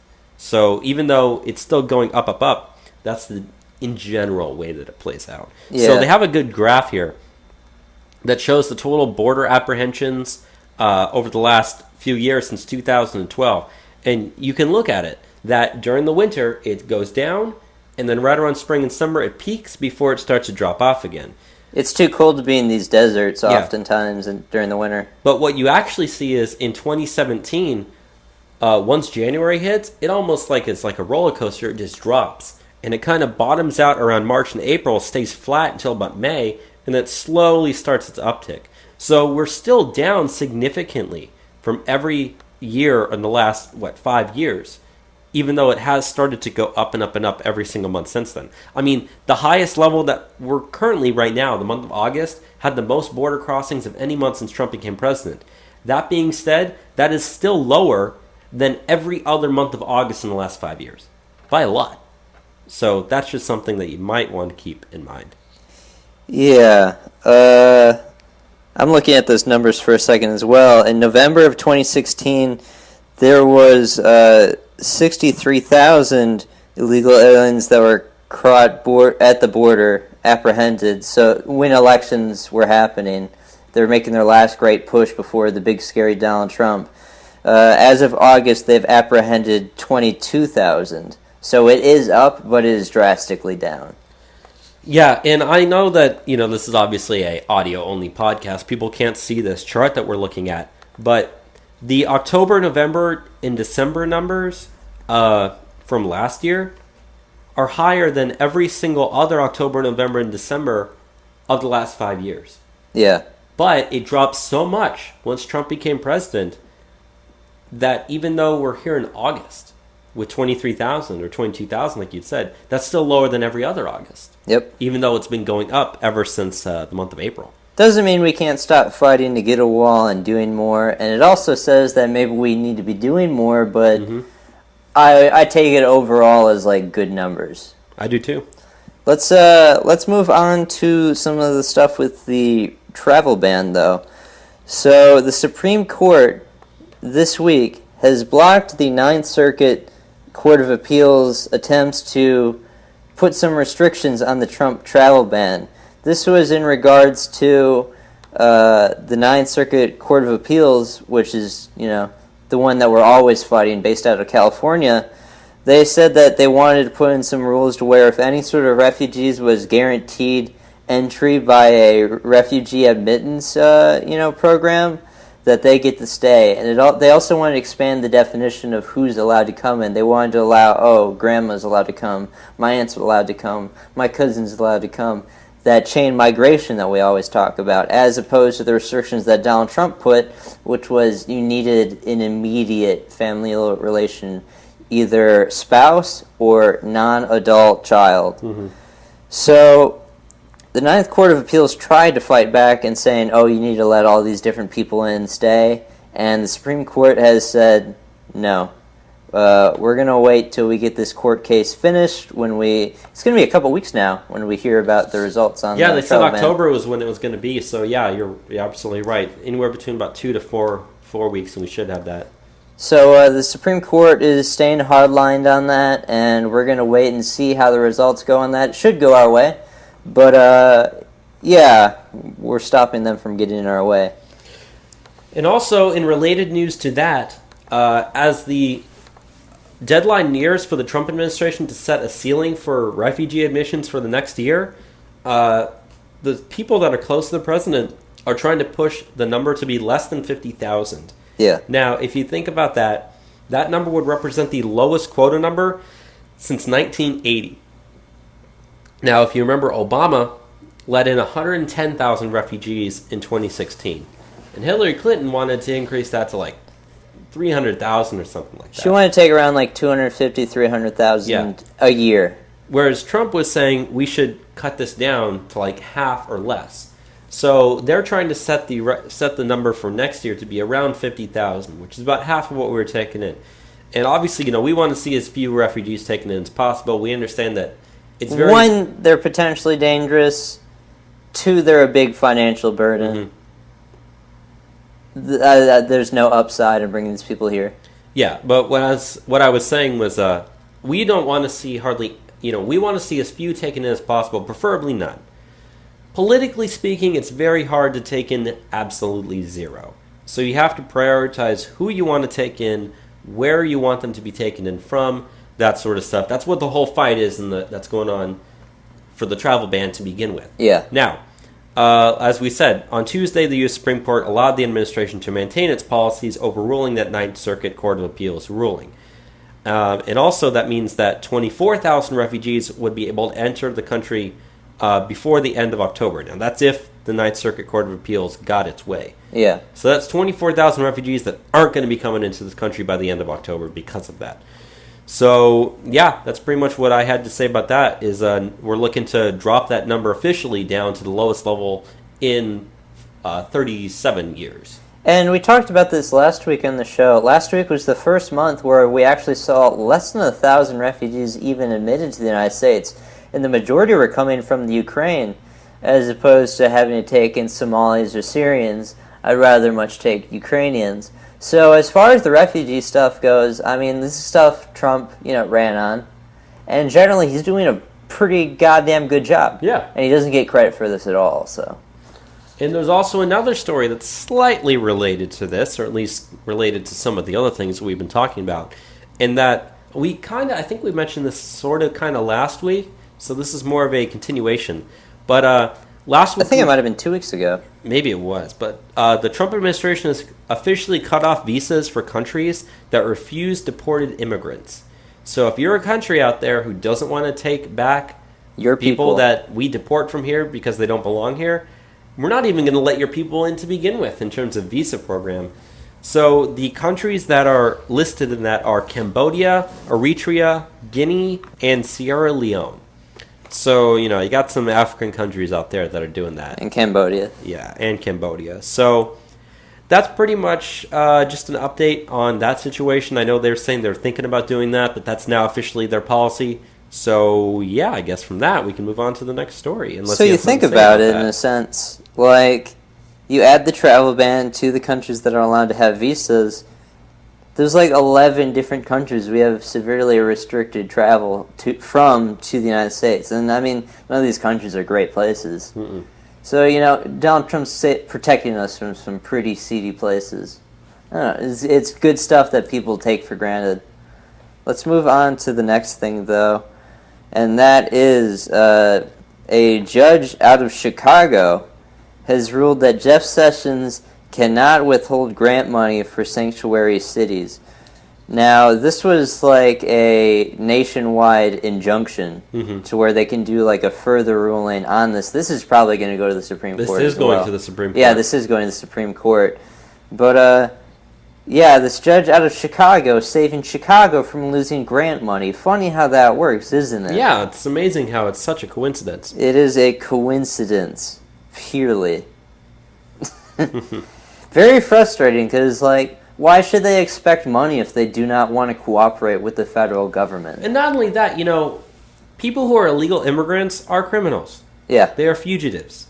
Harboring a fugitive is a crime. You're literally having cities saying, we are going to harbor fugitives here, and we're going to do nothing about it to stop them. Because we think it's good to harbor criminals. Yeah. And so this is literally the government's policy, Sessions' policy, would be saying, fine, if you're going to harbor criminals, we're not going to give you this grant money, which, you're not guaranteed to get this grant money. That's money that the United States has the ability to deny for different reasons. And they just chose to say, look, this is going to be one of the reasons. So obviously, the city of Chicago, which is, they have their own problems as it is. But, yeah, this is going to go to the Supreme Court, and I feel good that, we're going to win this. I think there's a good chance that we win it. I could see that we don't, but we really should. I think in the Supreme Court, this has less a chance of going our way than the travel ban does. The travel ban, for sure, we should win. But I still think we'll probably get this one. Yeah. Especially if they're argued around the same time period, which would probably be around October or whatever. Not sure how fast this one would make it there. But, yeah, I think ultimately we will end up winning that one as well. Yeah. Let us go on to the next thing that we have here, though. And that is some numbers on how many illegal aliens live in the Houston area. This was extremely shocking, and especially after Hurricane Harvey hit, when people started focusing on Houston, then these numbers started to get released. I was surprised how many. Yeah. So keep in mind, before I say the number here, there are around 6 million people who live in the Houston area. Harris County, which is the county that Houston is in 2014, had an estimated population of 4.448 million people. And plus the surrounding areas that aren't exactly in the same counties is about an estimated 6 million people. According to this report that was released by Pew Research and other things, do you know how many people are illegal in the city of Houston? Well, I know because I'm privy to all the information. I understand. But I'm trying to build the tents. I'll give you the number. Yes. Estimated 600,000 illegal immigrants living in the Houston area. This is according to Pew Research. Yeah. And that's actually the 2014 estimate was 575,000. So it's got to be higher than that by now. And that's Pew Research. That's an official polling company. You can believe it. So if you do the math for that, that's almost around 1 in 10 people that live in the Houston area is an illegal immigrant. Not just an immigrant, but is an illegal immigrant. 1 in 10 people that live there. That is absolutely insane. I'm sure you would agree with me there. I'm looking at the stuff from the Pew Research. I mean, you want to go over some of these different other cities that have high numbers? Yeah, if you've got it, go ahead and read it. So, I guess we could just go through all 20. It's interesting. I don't know. Okay, go ahead. Number 1. What do you think number 1 is? If I had to guess, I'd say either Los Angeles or Chicago. Number 1 is the New York area. Oh, that makes sense. They are the biggest city in the country. 1.15 million illegal aliens. Oh my gosh. Number 2 is Los Angeles, like you said. It has 1 million illegal aliens. Number 3, Houston, like we said, 600,000. What do you think number 4 is? Well, so far those three have kind of gone in the same ranks as big cities in the U.S. So Chicago is the third largest city in the country, so I'm going to guess Chicago. It is not Chicago. It is not Chicago. It is actually the Dallas-Fort Worth area. Dallas-Fort Worth has 475,000 illegal aliens. Amazing. Now, number 5 is another place that was recently hit by a hurricane. Miami. And that is the Miami-Fort Lauderdale, West Palm Beach area. They have 450,000. Then we hit Chicago with 425,000. Then we have, at number 7, Washington, D.C. with 400,000. Didn't Miami recently not become a sanctuary city? I think that was Orlando. Miami-Dade County Miami-Dade County. is following the Trump administration's request to drop its sanctuary Yes. city status, or sanctuary county status. Yes. So not the city of Miami per se, but the county. county Yeah. itself now cooperates. One of the very few places that have bent the knee so far. Then we have, surprisingly, I didn't even know this would be on the list, Atlanta is number 8 with 250,000. Riverside, San Bernardino in California, 250,000. Phoenix Mesa, Scottsdale area in Arizona, that's 250,000. San Francisco, Oakland area, 240,000. Number 12 is Boston. 13 San Diego, 14 Las Vegas, 15 Philadelphia, 16 Seattle, 17 Denver, 18 San Jose, 19 Orlando, 20 Austin. Yeah, 20 Austin, Texas. There are 100,000 people in that area. You know what city that is not on this list? I'm surprised didn't make it. San Antonio. San Antonio. Yeah. I am very, very surprised that did not rank that high. Yeah. I can't tell you why. I have no idea. I mean, I have family and friends that live there, so I have no idea. At the moment I'm living in San Antonio, so yeah, I'm surprised as well. I know the city, not as well as you do, obviously, but Yeah. pretty well. But yeah, I'm extremely surprised. I mean, obviously I'm not going to make up a number to guess, but I would assume it's a lot higher than 100,000 that the Austin Round Rock area has, for sure. Yeah. So. But yeah, we didn't go into every single number, but it is surprising to see what these numbers are. I want to go into this drug kingpin thing you have here. Yeah, so here's some other good news. We're kind of flipping between good news and bad news here. But apparently ICE has deported a top Mexican drug kingpin who is operating out of the United States. And also, here's some bad news that goes along with the story. Actually, you know what? Actually, there is good news. I was going to say the webpage wasn't loading for me, but now it is. So, deportation officers within ICE and the Enforcement and Removal Operations Division, which is the ERO, which I didn't know that. I guess they have that. That's cool. They deported him back on September 1st. Esteban Rodriguez Oliveira, 52, departed John F. Kennedy Airport, New York, to go back to Mexico on a one-way ticket as an official deportation.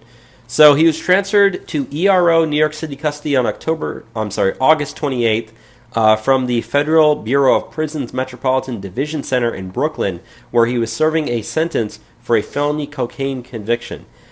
He is one of the leaders of the Los Güeros International Drug Organization, pleaded guilty in November 2012 to charges of conspiring to import illegal narcotics into the United States. He was sentenced on August 24th to 60 months in jail and credit for time served by the U.S. District Court by the U.S. District Court for the Eastern District of New York. They said that he is estimated to have imported more than 100,000 kilograms of cocaine into the U.S. from 1996 to 2008, from Colombia to the Gulf of Mexico, then up through Mexico into Texas before being delivered to various areas around the country. So they're bringing drugs and they are bringing crime, Enzo, and now they are being deported. Which is, we couldn't ask for anything better. Exactly what we want. Anything else on that story? Other than the fact that he was labeled as a quote-unquote kingpin by different sections of like the alcohol, tobacco, firearms, ATF, yeah. as well as ICE and other organizations like that.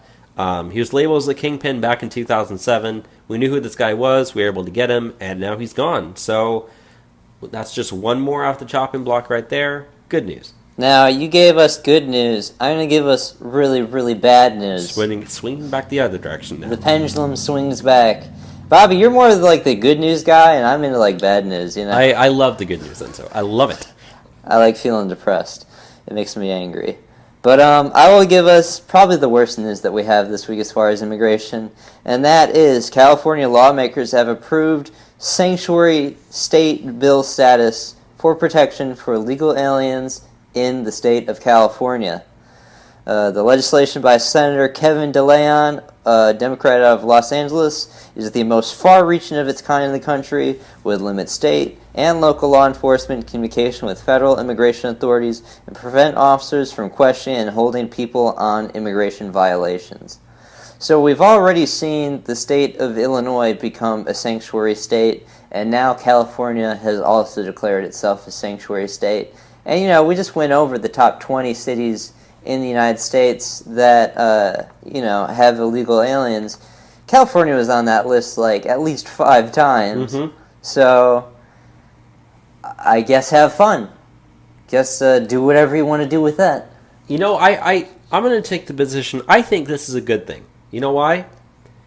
They'll go there. They can just go there instead. And if California wants to deal with it, they can go ahead and they can deal with it. That's what they voted for. That's what they want. Fine. That is what they are going to get. And if they want to deal with the illegal immigrants, imagine, we remember when they tried to pass the universal single-payer healthcare in California. And they couldn't even pass there because it cost so much. The costs were I believe it was $400 billion. It was like 4 times what the state's budget was. Yeah, 4 times their budget. I believe it was either 4 or 600 billion. It doesn't matter. It didn't pass. It doesn't matter. But you're not gonna be able to have your communist legislation like you progressives want out in California if you continue to take in all these illegal aliens, because you're paying for them. And here's the thing though. I'm actually gonna agree with the left about something here. So remember how they were saying that, if you deport the DACA dreamers, it's going to take so much money out of the United States economy? Think if you're California and you know how many illegal immigrants you have living there. If they got deported, how much money of that takes it out of your state's economy? A lot, right? I guess in their case. So in that case, it actually makes sense for them to pass this because they're trying to save their butts. Because they know that if you deported those people, their economy is screwed. And they depend on those people because otherwise they don't have the money to do it. You could do an entire midweek mini podcast on California. It's such a crazy situation out there. It is an entire normal podcast in California. Per capita, don't they have the highest debt per citizen? They do. That was an article. I think we cut that article. Yeah. So the California has the highest per capita rate of poverty in the country. Yes. And it said that 1 in 5 people in California live in poverty.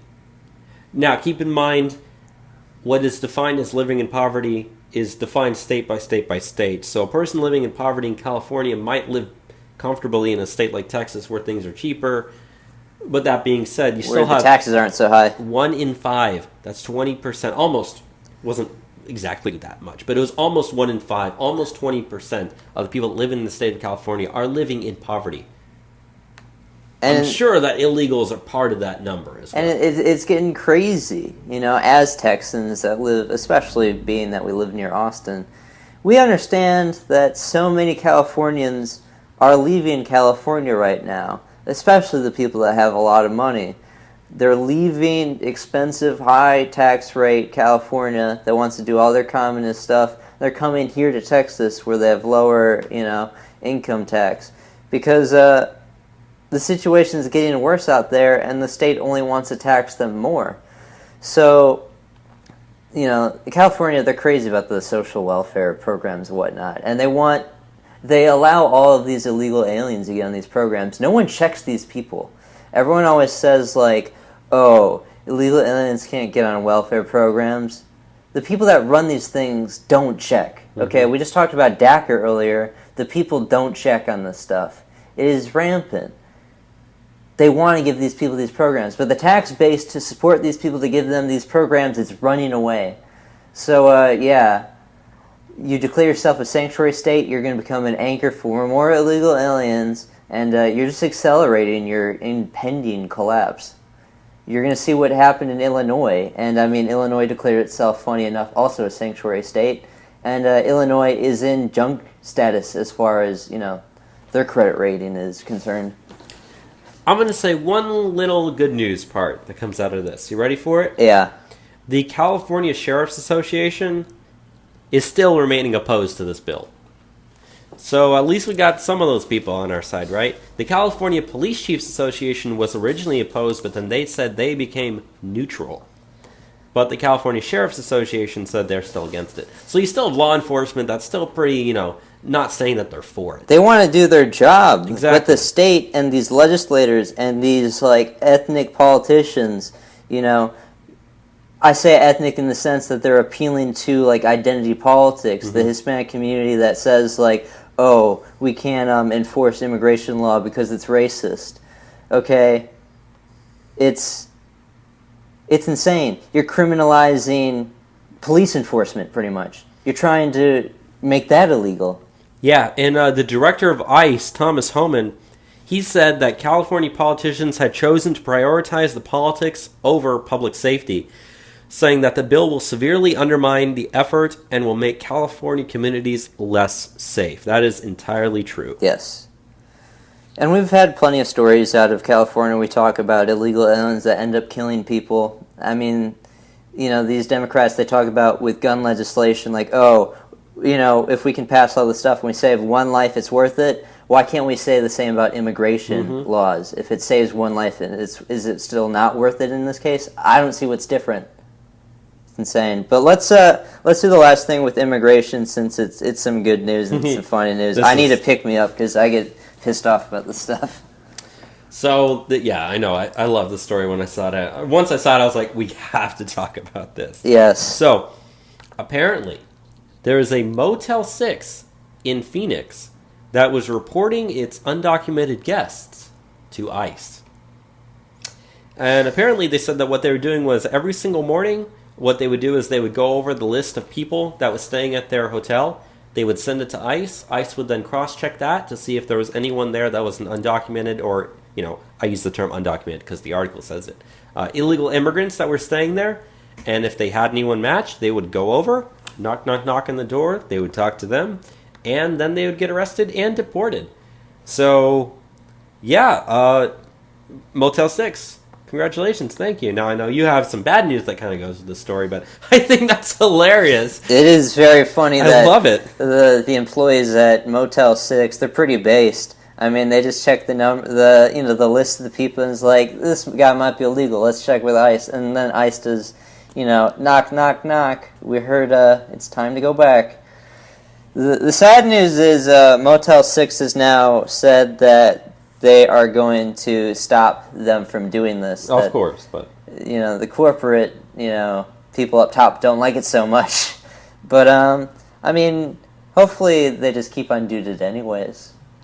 I mean, they're doing their patriotic duty, deporting these people. I'll tell you one thing here, all right? And you can probably agree with me. I'm sure this is something that a lot of hotels or hotel chains probably haven't thought of doing. Now the story is out there and how they did it, there's got to be at least one person on our side who works in a hotel chain somewhere who has access to that information who's thinking, I should do this too. It's got to be at least one. There's 320 million people in this country. If you look at just Trump voters alone, it's like 60-something million people out there. At least one of them has to work at a hotel chain. And at least one of them, has got to say, I think that might be a good idea. So, if I was running a hotel chain, this would be my policy as well. If you work in some sort of industry where you have good reason to believe people are illegal aliens and you can have privy, access to this sort of knowledge, do what you can do to get these people deported. It's stuff that I've partaked in myself some. I don't need to go into detail on it so much, but it's what you're supposed to do. And it's what the law requires. So, good stuff on what Motel 6 is doing. The last time I used a motel, I went to Motel 6. I didn't know about this story at the time, but next time I go to a motel, I guess I'm going to go to Motel 6 again. I don't know. I'll support that. I don't know. I'm kind of privy to Holiday Inn Expresses myself, but that's, that's my own thing. But that being said, if I was going for the low-cost treatment, Motel 6, you got my business in the future. Telling you. I don't got money, so let's do low-cost and send them back as well. That's pretty good. Let's go into the election stuff. This is stuff that we were really excited to get into. And the first thing that we want to talk about is the Bob Menendez. Yes. These Hispanic names sometimes trip me up. Bob Menendez is... Still said it wrong. Senator Bob Menendez, a New Jersey Democrat. Menendez, the New Jersey senator, who's a Democrat out of New Jersey. He is on trial for facing federal bribery. But this hasn't been talked about at all on any sort of news media at all. If you look at, for last week, the news coverage, ABC News didn't talk about this. NBC News did not talk about this. CBS News didn't talk about this. Now, I can't speak for what CNN said, but I'm guessing they didn't say anything. Now, I know the New York Times wrote about this, but they also didn't mention that Menendez was a Democrat. It took people complaining that they didn't mention he was a Democrat at all until they went back and then they did a stealth edit in the 4th paragraph to mention that he was a Democrat. Yeah. You know, for most things, that would be the first thing that would come up is, Senator Bob Menendez, parentheses, D-NJ, close parentheses, go on with the rest of the story. That's what anybody else writing the story would do. That's obvious that's a narrative, especially in the New York Times, to go an entire article without mentioning the guy's party affiliation. And that was a long article. I read it myself. It's very easy to see when the media works in tandem in ways like this, it's because they're working cooperatively to draft the narrative. And the thing is, a senator has not been up for charges for federal bribery in 36 years. Yeah. This is a huge deal. A huge deal.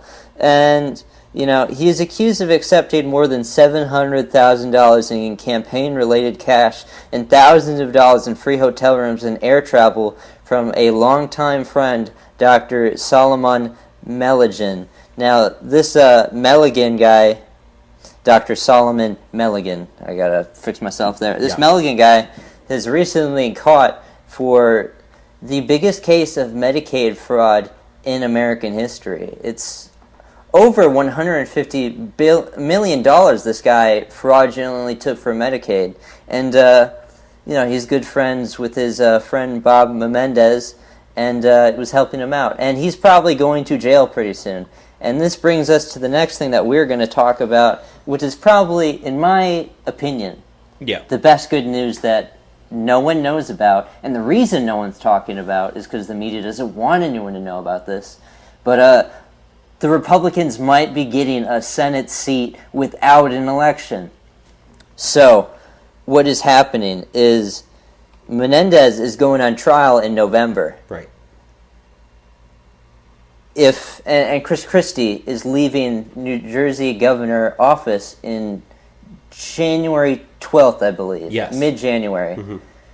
If you can convict Menendez of this bribery prior to Chris Christie leaving, Chris Christie gets to appoint the next senator to fill that role, provided that the Senate votes Menendez out. And it takes a 2/3 vote, 66 votes in the Senate in order to do that. So you're going to get all of the Republicans, that's 52 votes. But you have to, because technically in the House you can leave. You can be forced out by conviction, but in the Senate there's no rules about this. You could kill someone and still be a United States senator. Yeah, you can still serve as a senator. He can be in jail sweeping the floor, and he's still a senator. Mm-hmm. I mean, he's not going to vote. He's not showing up to vote, but he's not voting for any Trump stuff anyways. He's fulfilling his role for the Democrats. So if he gets convicted, you have to see if the Democrats can somehow hold off till mid-January, when they're probably going to take the governorship back, and then they can appoint a replacement for Menendez. But if you can convict them prior to January 12th, and you can force the hand of the Democrats, which I think is possible, because it's going to be very blatant to the American public, like, you're doing this very, partisan action to protect someone that's committed a crime. You can get some of these guys that, are up for fall, your Joe Donnellys and, your Heidi Heitkamps. You can probably get Debbie DACA now, or what's the Michigan lady? Stabenow. Debbie Stabenow. These people that are probably going to be losing their seats anyways that are Democrats, you could probably get those people to take the fall for you, vote to get him out, and then we get a senator. And yeah, we can go crazy on this until the 2018 midterm where you have to have him contested. But And even if the Republican senator lost in the 2018 midterm, That's a Menendez senator is we already a Democrat, so we'd be in the exact same position in terms of that seat. So that wouldn't be one I wouldn't care if we lost. But we can potentially have an extra Republican senator for most of a year that can pass legislation for us. And what's also the great thing about that is, I think there's enough pressure on the right where Mitch McConnell could bring that up for a vote in the Senate very easily. As much as I don't like him, I think he would be willing to do that. Because McConnell understands the political power that he'd be wielded if he gets to have... And I mean, the last time we had someone appoint a senator, it was when Sessions left his seat in Alabama and they gave it to Luther Strange. And Luther Strange hasn't been good, but... he's about to lose to Roy Moore here in a couple of weeks. But I mean, it's better than a Democrat holding that seat. Yeah. And you look at the situation as it stands, we only stand to gain. If anything, nothing's going to really change. But we potentially get a new seat, and no one's talking about this, and no one wants to talk about this, because if Menendez gets charged in November, the media doesn't want the pressure getting on the Democrats to have to vote this guy out and hand a seat over to us. But I think once that happens, how do you hide that? Precisely. And like you said, I'm kind of going to repeat myself what I said, and what you've been saying was, you either bring it to a vote, they vote him out, and we get a Republican replacement. You bring it to a vote, and the Democrats don't vote him out, then they look bad. Okay? And when people are running for the midterms, they're going to be running with articles, and they're going to be running with smear campaigns and TV news things. And you can say, this person voted to keep a person who is charged and convicted of corruption in the Senate on partisan lines. That does not play well in the mind of voters. Yes. No independent sees that as something that sways them to vote for the Democrat in that election. Especially if it's one of those close districts that we've been talking about. Yes. One of those swing states, or some of the 10 Democrats that are in red states that went to Trump. Those are the ones that, like we said, those have the most pressure on them as well. That alone, that 10 votes, plus the 52 votes the Republicans already have, you're only looking at 4 more senators out there. And I'm sure you can get at least 4 senators on top of those if all 10 play your game.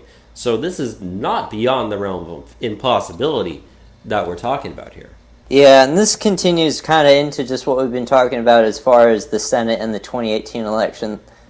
If things go the way we think they are going to, the Republicans are already going to gain 2, 3, 4, maybe seats in the Senate. You give us an extra one, we potentially say we're at 57 seats in the Senate. Automatically have enough to break any sort of tiebreaker if we go nuclear or anything, and we nearly have enough to go 60 votes on this stuff and completely shut the Democrats out.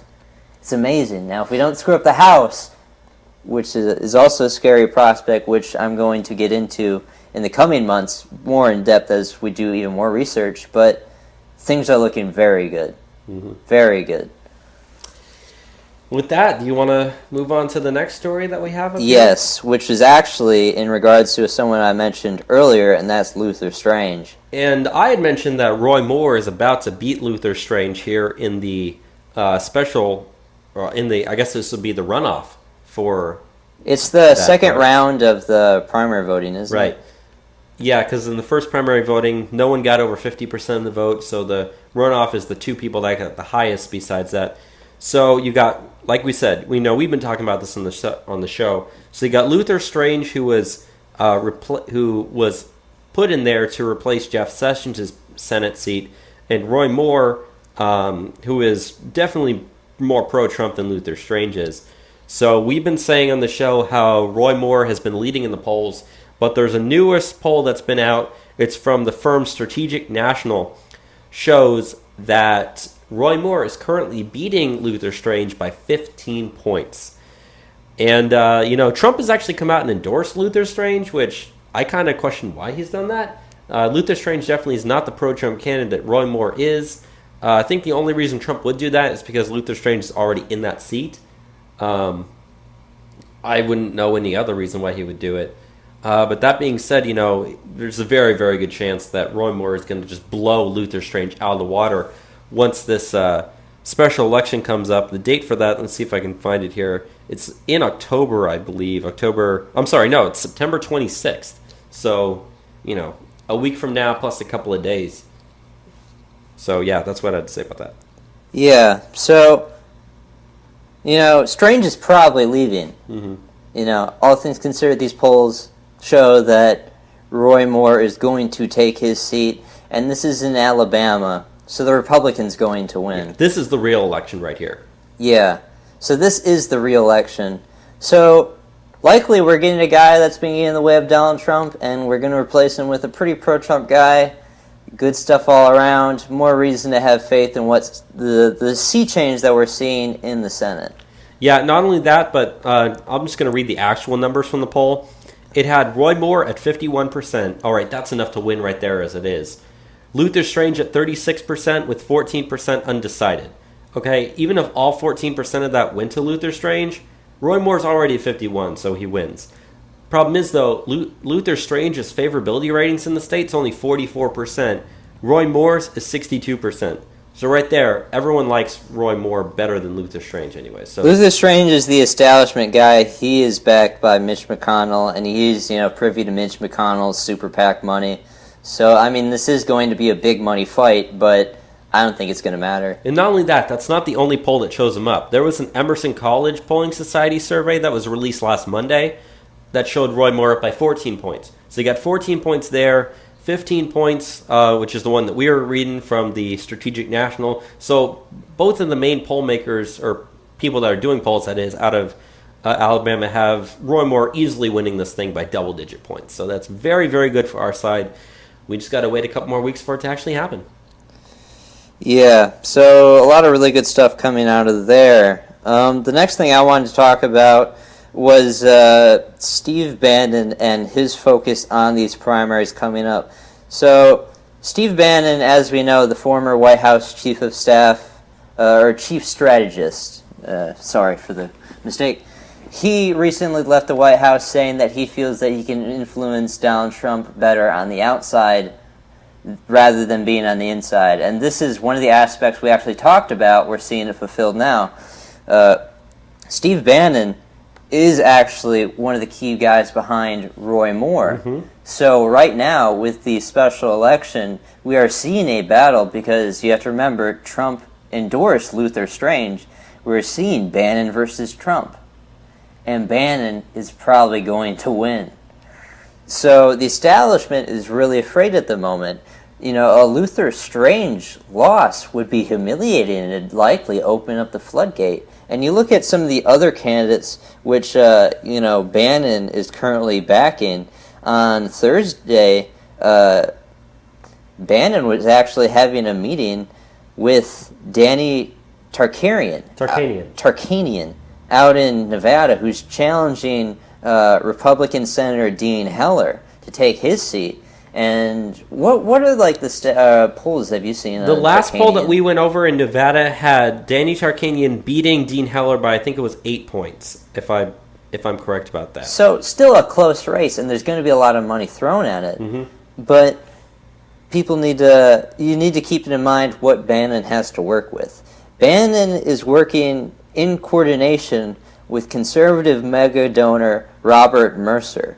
And he's already said he is willing to pour millions upon millions of dollars to attack these GOP incumbents. He said he's willing to spend up to $30 million to put up against these guys.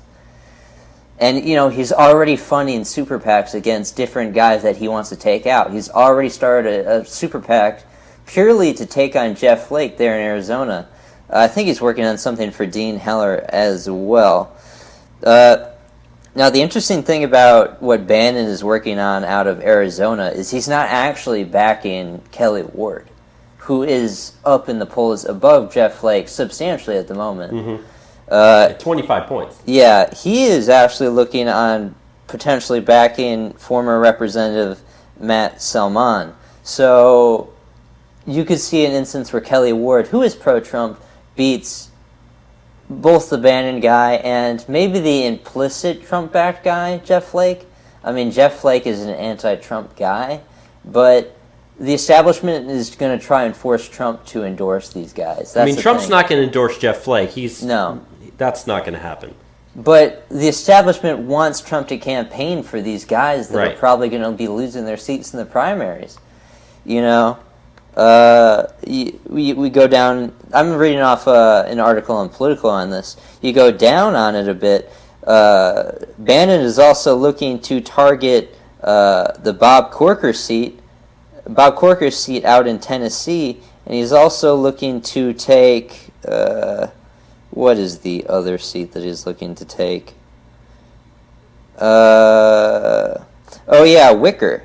Roger Wicker, the senator out of Mississippi. We're targeting a lot of different senators in the Republican Party to get them out. There's a lot of guys that need to go.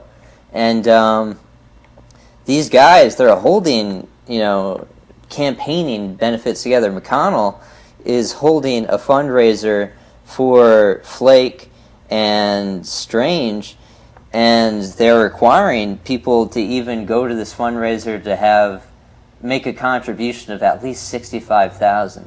So the big money is going to be there for these guys, but I really don't think it matters the way that we're seeing how these things go. I mean, we saw the John Ossoff special election just in comparison.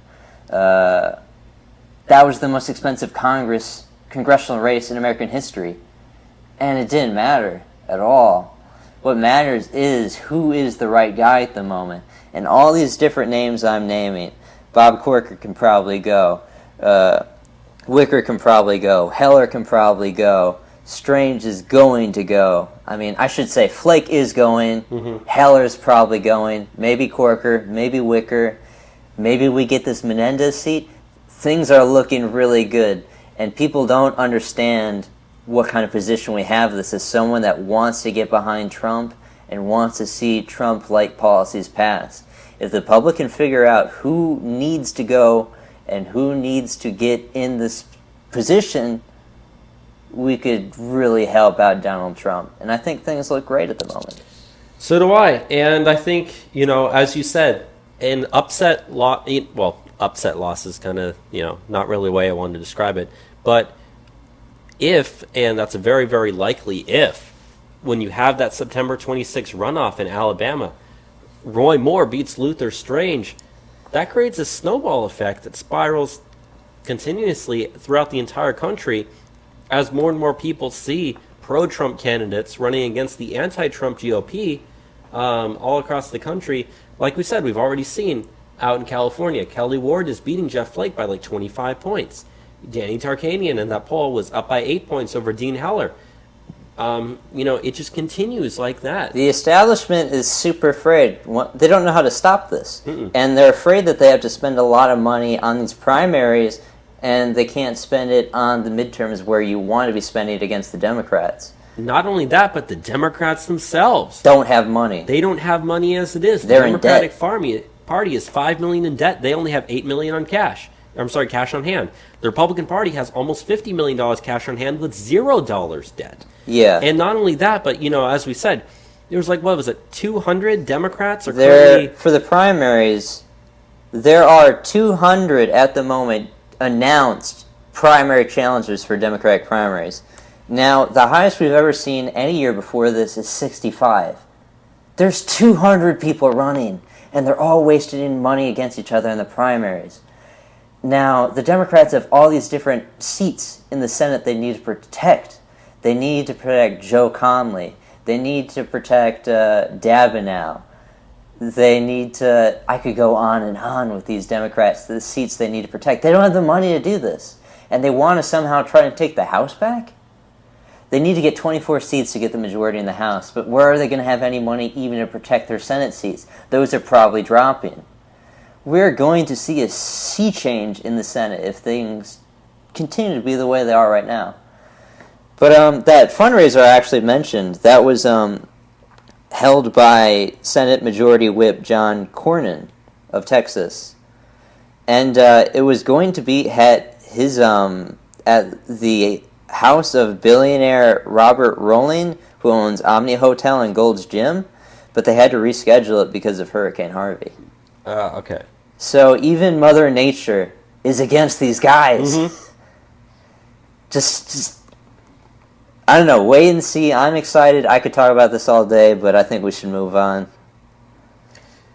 I guess so. So let's go ahead and move on to the next story that we got. So I guess this is also something that you had covered. Yes. And that is, there is a city called College Park, Maryland, that their city council has voted to allow non-citizens the right to vote in local elections.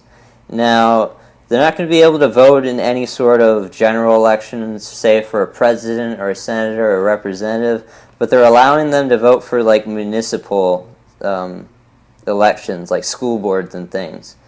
But yeah, this is the first of its kind in the United States. There's now a city that is letting illegal aliens vote. And this is what the Democrats want. If they could do this nationwide, they would be excited. They would have this done already. That's why they're down with the illegal immigration, and that's why they want this amnesty stuff so hard, because this is the long-term goal for these people. But, yeah, that's pretty much what's happening. You have any thoughts, Bobby? God, I wish we could just deport our own citizens, Just deport everybody on the council that voted for that. Then you wouldn't have that problem. But unfortunately, that's not something that can happen. But no. Yeah. But, yeah, some insanity happening out of there. Let's get into the bottom of the news stuff.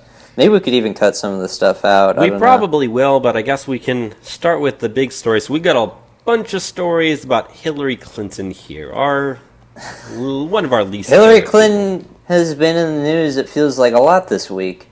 And for no good reason. Only bad reasons. She can't shut her goddamn mouth. So, let's try to go through this quickly. Yes. All this Hillary stuff. So the first thing we have is she had a speech that she was, I'm sorry, not speech, but she was on CBS's Sunday Morning last week. And she continued to say, I was so certain that I was going to win the election that she said, quote, I had not drafted a concession speech. I had only been working on a victory speech. So, yeah.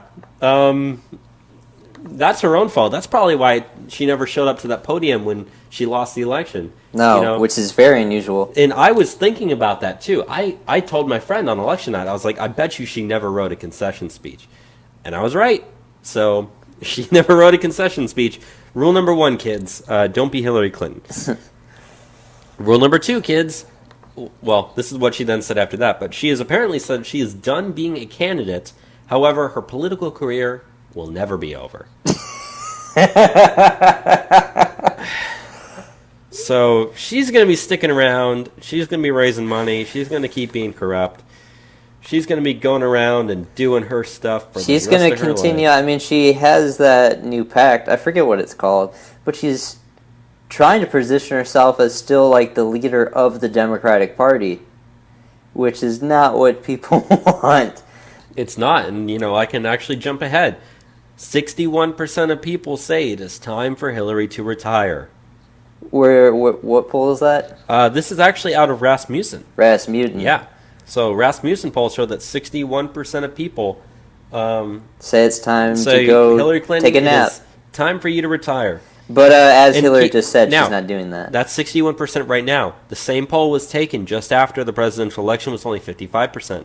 So that's gone up since the election from 55 to 61. And the way that she's running her mouth at the moment, it's probably going to continue. It's probably going to hit 70 by the end of the week. So another thing that Hillary Clinton said this week that's pretty funny, that was also out of that CBS Sunday Morning interview, was that she was so confident that she was going to win the 2016 election that she bought a second home next door to her Chappaqua, how do you say that? Chappaqua, New York estate. Chappaqua. I don't know. Next to her estate in New York for her White House staff to live in during her presidential reign. She paid $1.16 million for a 3-bedroom ranch-style house for her staffers to live in. Now it's been decided that Chelsea Clinton's family is going to use it for weekend retreats. Of course. But yeah, the craziness does not stop there. Never would. Never does. Hillary Clinton has also been talking. She had some stuff on a. Okay. She was reading the book 1984. 1984. She had been asked about the book 1984, and she gave like a very interesting response on the inside of 1984. And essentially she said that the lesson of Orwell's 1984 is that you need to learn to trust the experts, the leaders, and the press. Oh my gosh. That is the exact opposite of what that book actually has a message of. I mean, I've literally got my copy of 1984 right here in my hands. I'm holding it. Let me read what she said. Yeah, go ahead. I forget where she actually said this. It doesn't matter where she said Yeah. it. But anyways, attempting to define reality is a core feature of authoritarianism. This is what the Soviets did when they erased political dissidents from historical photos. This is what happens in George Orwell's classic novel 1984, when a torturer holds up 4 fingers and delivers electric shocks until his prisoner sees 5 fingers as ordered. The goal is to make you question logic and reason, and to sow mistrust towards exactly the people we need to rely on, our leaders, the press, experts who seek to guide public policy based on evidence, ourselves. For Trump, as with so much he does, it's about simple dominance. So that's that's insane. Hillary read 1984, and the lesson that she got from it is listen to your leaders, listen to the press, listen to those people telling you what to believe. Again, that is the exact opposite of That's what the the opposite point of what the is. book meant to say. That's Got why, it. even if you hate Donald Trump, if you hear something like that, you have to admit he's at least better than Hillary in the way that he's not as crazy as, like, he thinks 1984 is a book about you gotta buy into the establishment. So, what's the last thing that we have about Hillary you want to touch on? The last thing we have is some good news. And this time Yes. it's not her being crazy. Well, sort of.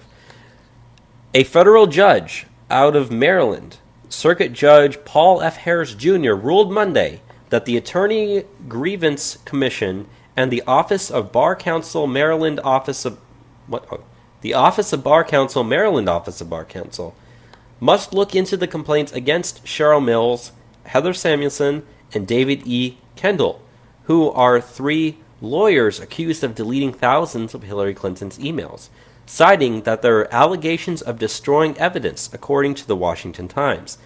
Point being, a federal judge has now said that they must launch an investigation into the Clinton lawyers who deleted the emails.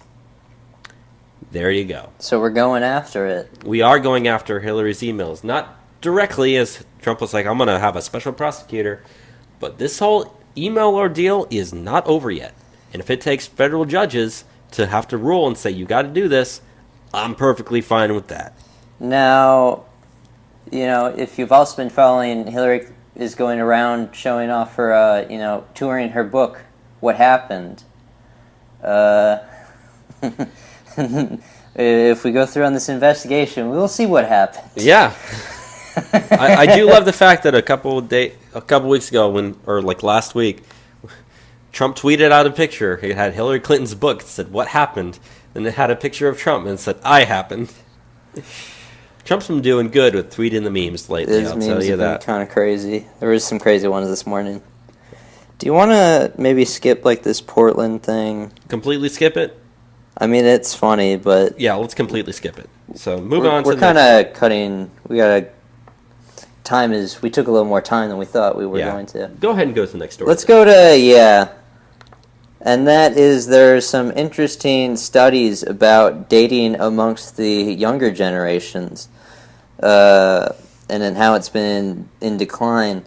This is out of some research from a new book by Jean Twenty, a psychology professor out of San Diego State University. She did different studies, and she drew on a survey of 11 million young people and a series of in-depth interviews. She found that teenagers in their final year of school are going out less often than 13-year-olds did as recently as 2009. Professor Twang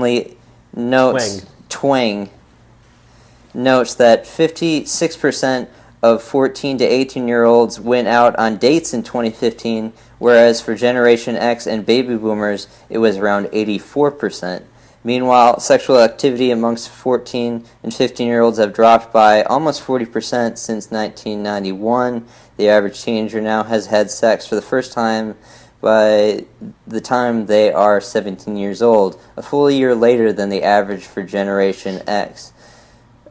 Teenage birth rates have also hit an all-time low in 2016, down 67% from its peak in 1991. Now, the reason why this stuff is all happening, she says, is we're just so isolated away to our technology. We don't really, communicate with people in a real sense anymore. We're not having, real human connections in any sort of romantic way either. So I really wanted to mention this on the show just because it's pretty staggering how these trends are changing very quickly.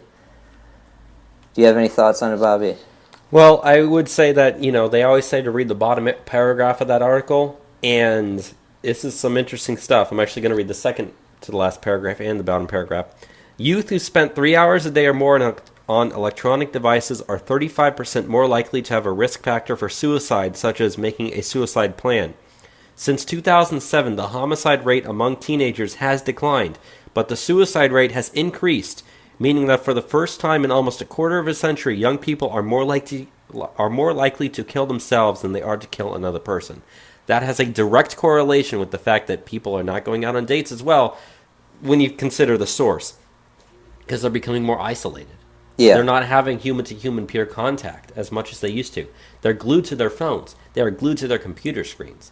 They don't have face-to-face contact. They don't have peer-to-peer to communications. They're feeling isolated. That's leading them to kill themselves, literally, and not fall in love. And that is a terrible, terrible precedent for the future.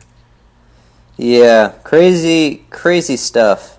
It paints a strange picture of the world and the way the world is heading, but it's the way things are, so you need to know. Let's get into the next thing that is actually highly funny, which is why I had to put it on here. And that is Bernie Sanders. We always love it when we have a story on him. He owes a disputed $450,000 in security fees to various different cities across the country from his 2016 campaign. Now, President Trump and Hillary Clinton both paid off all of their security fees, but Bernie Sanders, the very last person to still be in the race as far as trying to get the nomination, still owes, as I said, around $450,000 to various different cities. That includes $117,000 to Santa Monica, California's police department, $67,000 to St. Irvine, California's police department, over $44,000 to Tucson, Arizona's police department, $33,000 to Spokane, Washington's police department, over $28,000 to the city of Valero, California, $28,000 to National City, California Police Department, over $25,000 to Upper Providence Township in Pennsylvania. I can go on, I can go on, and I can go on. It's pretty funny. The socialist who wants to take your money to pay other people has no sense of fiscal responsibility. Apparently, they said he also has about $5 million left in his campaign account that he hasn't spent yet either. So he's just choosing not to. Yep. They're also, just at the end of this article that I'm reading all the stuff off, I'm reading from the Daily Wire, it adds a little funny antidote in regards to Bernie Sanders. Bernie Sanders is not a person who seems to have a problem with, or is a person who seems to have a problem with taking personal responsibility. And this goes back a long way in his life. In 1971, he was kicked out of a commune for, quote, sitting around and talking about politics instead of working. So this guy that's going to go fight and work for you, no, he's just more about talking and not taking responsibility for things. And when you consider what his wife did regarding Burlington College when she was the president of that college, and how she's now got this investigation going into her for different fraudulent activities that went on there, makes perfect sense. Yeah, these people steal your money, they never pay you back. All talk, no action. You really thought that you were going to get free college? You're an idiot. No refunds. No refunds. Let's go on to the next thing. This is a poll me and you actually were talking about earlier in the week. Yeah. So there's a poll that was recently released.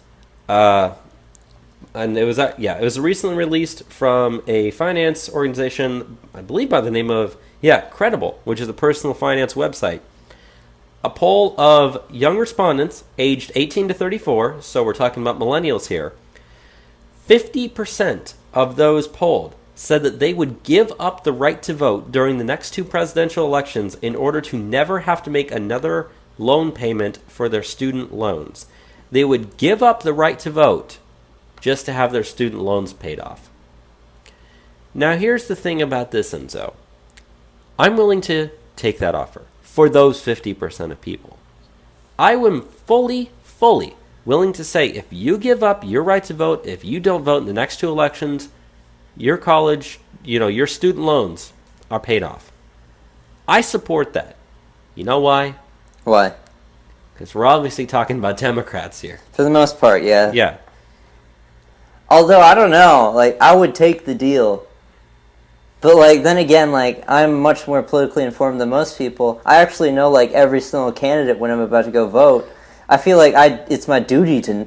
I mean, it's not like this is actually a thing that's going to happen. I feel like as someone that knows, it's my duty to, vote in the way that I think I should influence society. See, I mean, I don't want to brag here, but I personally don't have any student loan debt, so that would not be a deal that would work out for me very well. Okay, Bobby, we can't all be like that. I'm going to be voting. I have around $35,000, which is actually a lot less than most people. I'll help you pay that off, Enzo. No, you won't. Yes, but I'll give you $5. That counts. Okay, it counts. But yeah, very interesting poll. Weren't there some other polls that they had that were similar? Yeah, they also said that 44% said that they were willing to ditch a ride-sharing service like Uber and Lyft. 42% said that they are willing to give up travel outside of the country for 5 years. 27% said that they would be willing to move in with their parents for 5 years or give up texting. 13% said they would give up texting. Only 8.2% of them chose to keep paying off their debt and not give up anything at all. Giving up, ride shares? I don't see how that's, a big deal. I mean, I own a car, so it doesn't matter. Yeah, I mean... Traveling, I don't care about that at all, either. I mean, I love to travel, and I don't really use ride shares, but... if I could trade that to pay off all this debt, that'd be sweet, but... I just find it interesting. Only 8.2% of them would choose to keep paying off their debt and not give up anything. So, that's very interesting when you look at that. That's also why there's $1.4 trillion of student loan debt, Yeah. as we said earlier. Yeah. I mean, our friend Chris had a good quote one time, and I'm going to say it right now. Your debt, your choice. Yeah. So. Womp womp. Unfortunately, we can't take that deal because I think if people would be willing to take that deal, I'd give them that deal. Let's go into the next thing that we have here, and that is in regards to Florida. Yeah, so this is kind of some bad news here because of Hurricane Irma that hurt the state of Florida. Apparently, the state of Florida actually had a budget surplus going. Not anymore. They said that Florida's overall budget for the current year alone, which includes both state tax dollars and federal aid, is nearly $85 billion. Now, they said that before Hurricane Irma hit, the state had an outlook and had a projected $52 million budget surplus for the year ending July 2018. That $52 million, completely gone. It is all being used to clean up the Hurricane Irma effort, which had billions of dollars in damage. Well, not really. It says so far is expected to have $275 million that the state has already spent on Irma damage. $52 million of that came from that budget surplus that they had. So that's really unfortunate when you have a state that's finally able to actually have a budget surplus, and then all gets wasted on the hurricane. That's sad news. Sad you can't put that towards something, to invest in, but they don't have a choice either, so.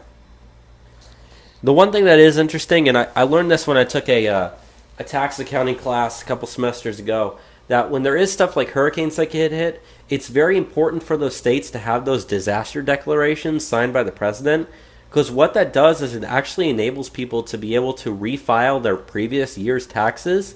And this is actually something I didn't even know about. But if you're let's say you live in Florida, they declare state of emergency, you can immediately go back and amend your previous 2 years tax returns. And in return, by taking this loss that you're going to have due to a hurricane hitting, you can actually immediately start to get checks from the federal government in taxes, or in surpluses that they would owe you from taxes that you've already paid. That's a way of helping people out in the immediate short term before their insurance money is able to get kicked in. So that is a reason why it is so important for those disaster declarations to hit. Just, pointing that out there for people who didn't know that. Let's get into the last thing that we have for the national news before we get into current year college craziness, and that is the rioting that we've seen out of St. Louis. Now, this is happening on the backs of the acquittal of police officer Jason Stockley, who is charged in the first-degree murder of Anthony Lamar Smith back in 2011 during a high-speed car chase. Now, have you seen any of the stuff that's happened so far, Bobby? I've seen a little bit, just a few videos on the internet. Now, there's been over 1,000 protesters have gone out on the streets. On the first night, the police made 20 arrests and 10 police officers were injured that night, including one with a broken jaw and one with a dislocated shoulder. Also, some journalists reported that they were being targeted by the demonstrators. On the second night, Saturday night, there were 33 arrests and 11 police officers were left injured. Also, on Friday night, we saw the protesters actually started protesting outside of the mayor of St. Louis's house, and they broke 2 of the windows at her house. Now, we saw yesterday they were actually going to local suburbs and going to the malls and protesting there. And they're actually disrupting these malls far away from the neighborhoods that they were previously, rioting in. Now, as of Sunday, they're, looking to continue to protest today, and they're looking to protest at the police station. Now, you look at, the state of the police, they've had 21 of their guys already be injured. And, this it kind of is similar to when we were talking about the Societal Breakdown podcast, The police, they're forced to, take another shift to go fight the riots. And they're seeing their friends are getting hit down. There's video you can watch there's video of these riots at night, and there's one instance where a guy takes a brick and he just throws it straight into the police line, and you see it hits one of the police officers and he just collapses. And that messes with the morale, you keep on seeing your friends go down, and you say, when's it my turn? When's it next? I don't know how long these riots are going to continue, but even 3 days is really strenuous for a police department to hold down these riots. And, as we're seeing now, they're expanding.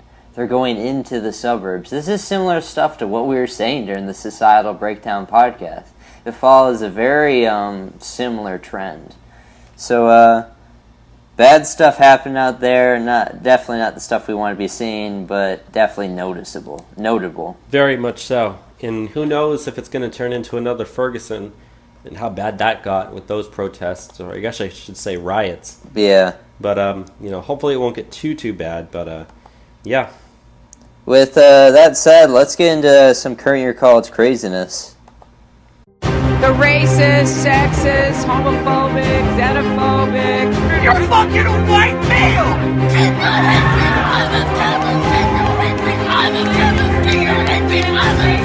The assumption that women are naturally better caregivers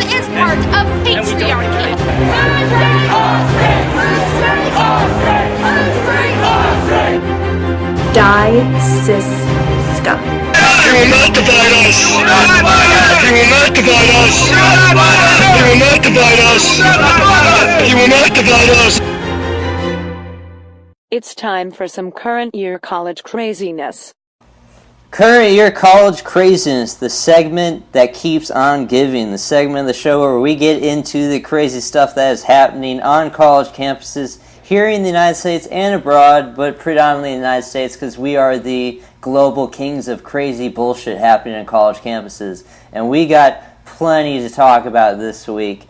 And I will go straight into the first thing that we're going to talk about, and that is a court order has now revealed that a former University of California Santa Barbara administrator concealed evidence in a Title IX investigation. Just off the bat, what do you think of that, Bobby? I think it's a good idea and good thing that Betsy DeVos said that we are changing that policy. Yeah. But it does not surprise me at all, So, Sandra Vasquez, Pittsler's College new dean of students, decided in a court order for concealing evidence in a Title IX investigation during her tenure at the University of California, Santa Barbara.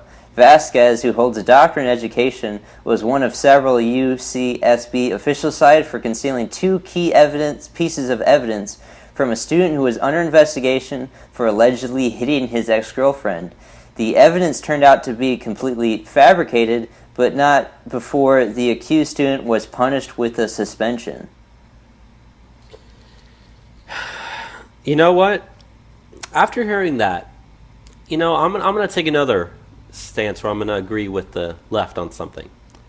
We should have free college for that student who was suspended. That guy should get free college, and Sandra Vasquez should pay for it. Yeah, she should.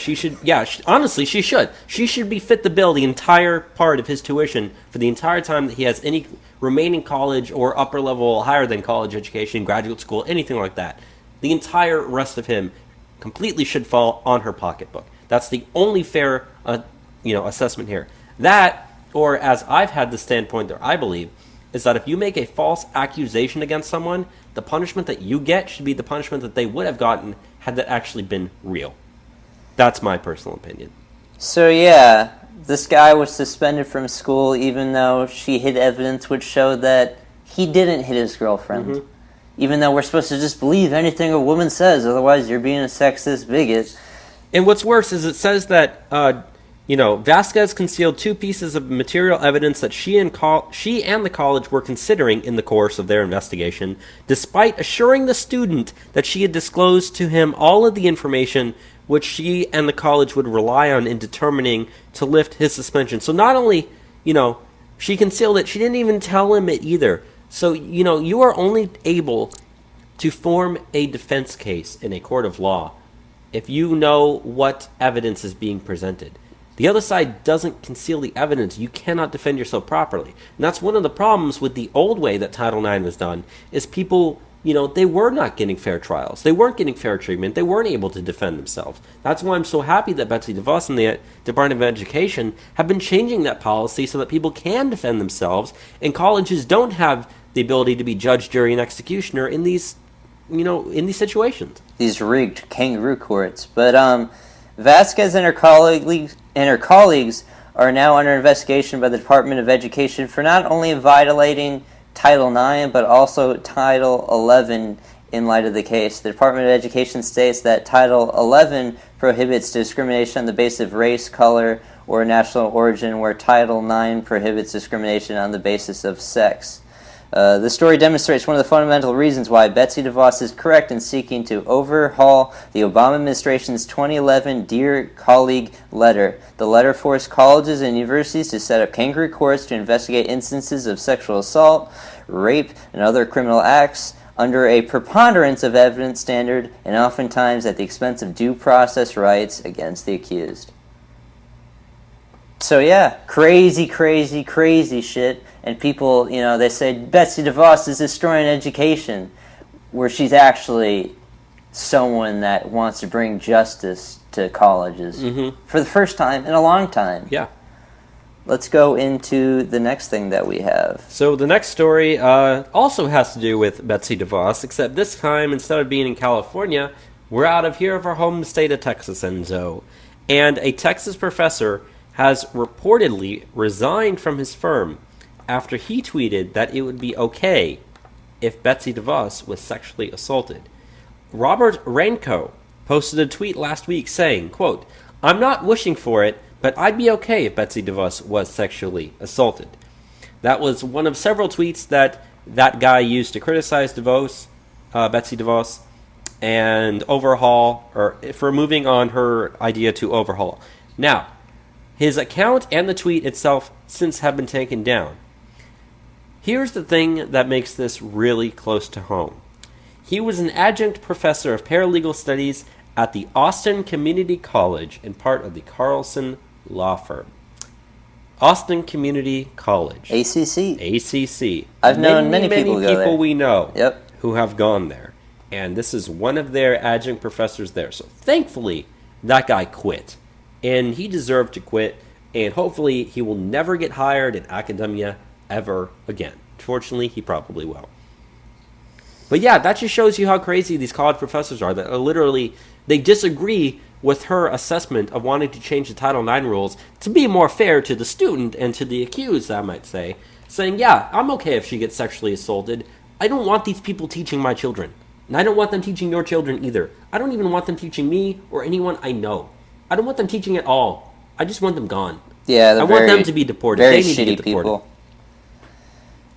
So yeah, good thing he's gone, but unfortunately there's so many that are just like him who aren't gone right now. Which, let's go into someone that is very similar and being very shitty who is similar in that aspect. All right. And that is Professor out of John Jay College, Mike Isaacson. This is Isaacson. Sorry. This guy was on Tucker Carlson. Have you seen the Tucker Carlson with him? I did not watch the interview, but I have seen all the memes of him having a giraffe neck. Yes, very, very long neck. But, yeah, this is a professor at John Jay College of Criminal Justice and a co-founder of the Antifa organization Smash Racism DC. And this guy caught some flack for a series of tweets that he made. He was being accused of, hypocrisy. Oh, you teach criminal justice, but you're Antifa.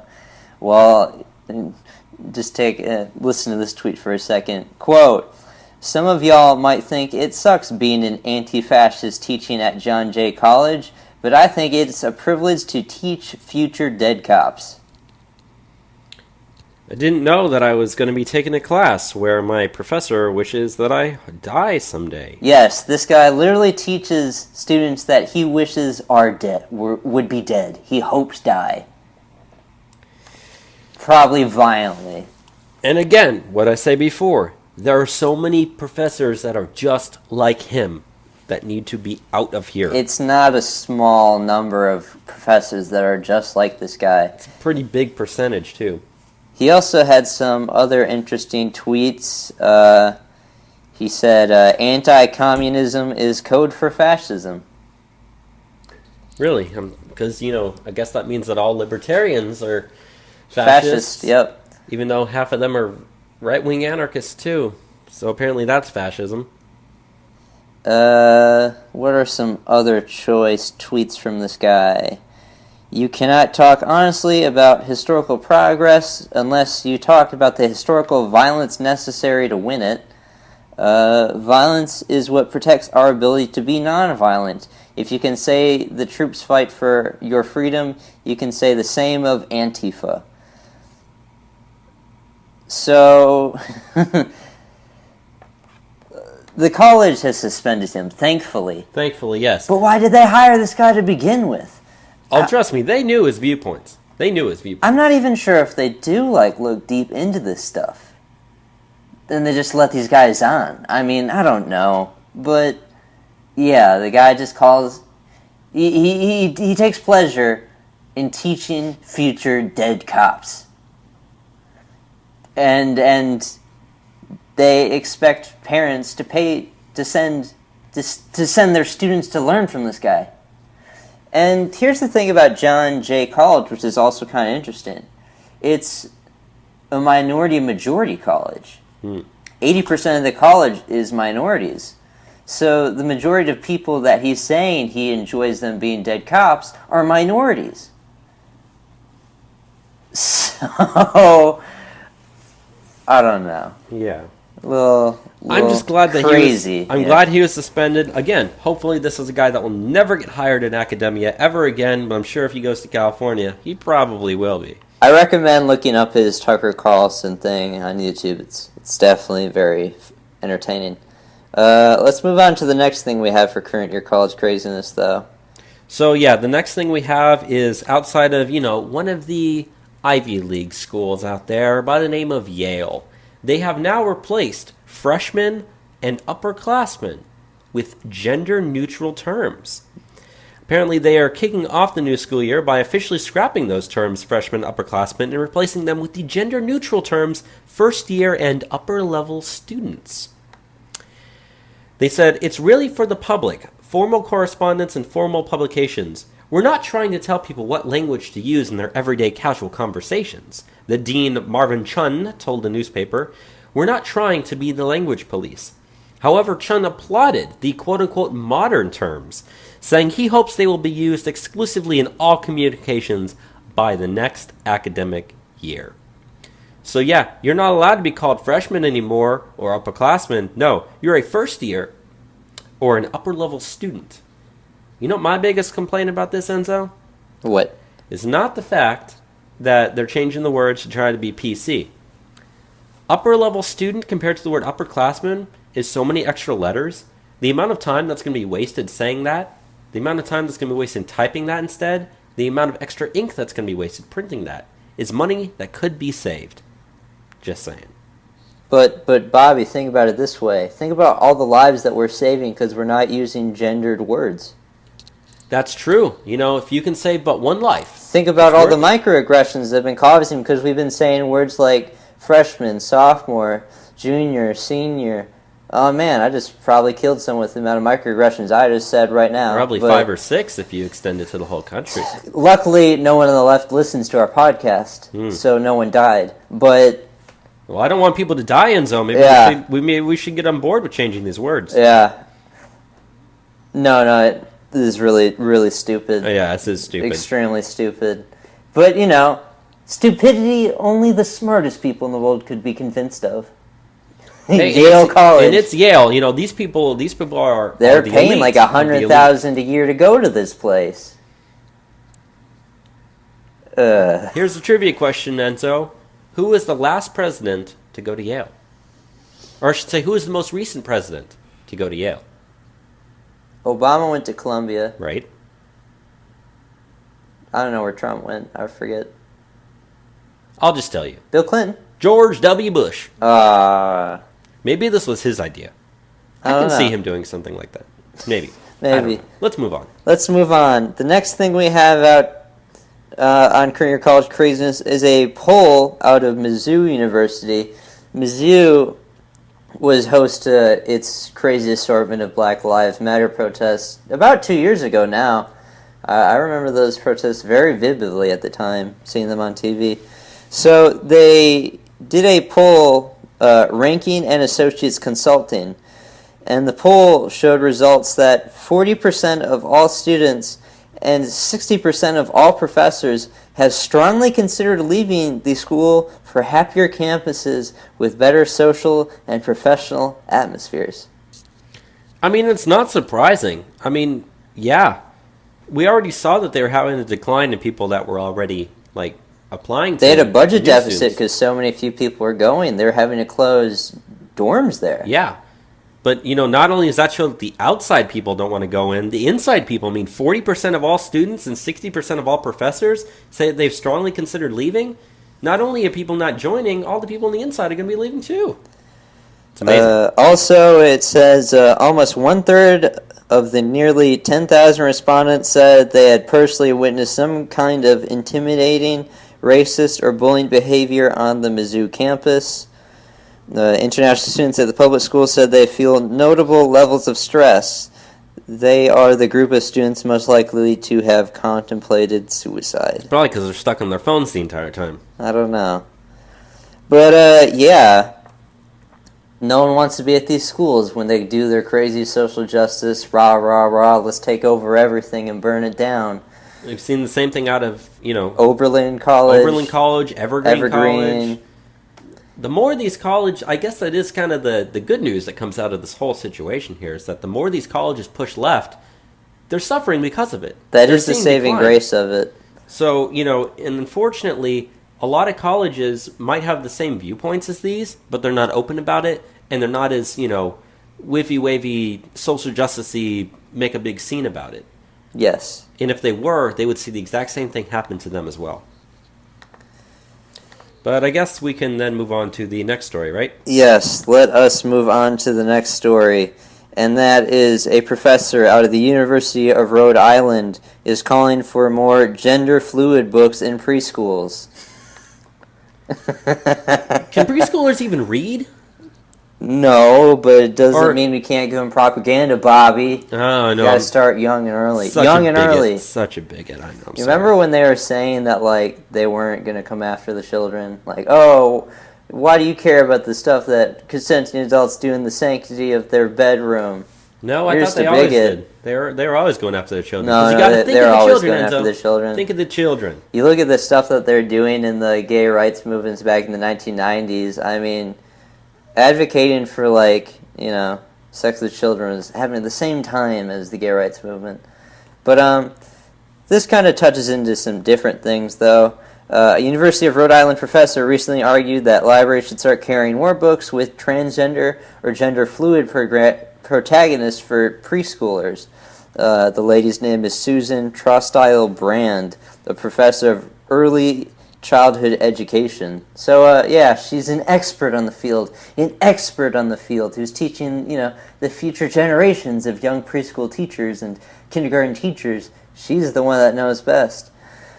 She published an article last week that said that libraries should carry more LGBTQ main characters, or books that have LGBTQ main characters, to provide active and enthusiastic support for youth in those communities. Oh my quote, God. By using carefully selected children's literature, teachers can make a positive difference in the lives of individuals who are transgender and or those who live in diverse families. Brand wrote in her article for the Journal of Childhood Education. Without these books, transgender kids may face a higher risk of depression or lower self-esteem. Brand argues, especially since the curriculum in most schools do not reflect the wide range of individual uniqueness in the LGBTQ community. You want to hear some of the name of the books she recommends? Yeah, go ahead. 2 names. My Princess Boy and When Kathy is Keith. I'm pretty sure most preschoolers can't even spell the word Keith. Let alone understanding when Kathy is Keith. You know what little kids... I don't even fully understand it. You know what little kids care about the most? They want to watch Barney. They want to watch some, Disney cartoon. They're not even capable of understanding the concept of transgenderism. No. They aren't. Yet you're trying to push these on our children at young ages. Then they're going to grow up to develop the problems that are associated with those sorts of beliefs, behaviors, and lifestyles. And I don't want that to happen. I really don't. Yeah, it's pretty crazy. It's pretty infuriating. Do you want to do both these last 2, or should we just do one of them? Let's just do one of them. Which one do you want to do? We're going to do the very last one. Okay. This one, oh my god. So, professors are using syllabi to pledge support for legal immigrants. This is out of, City University of New York. Several professors recently pledged to support DACA students by physically blocking immigration agents from entering campus to deport undocumented immigrants. While the pledge was initially drafted by the students group GG Connie Resist Trump, reports show that a small number of professors have added their statements to their syllabi in defense of City University of New York Chancellor James Milken's promise not to work with agents except as required by law.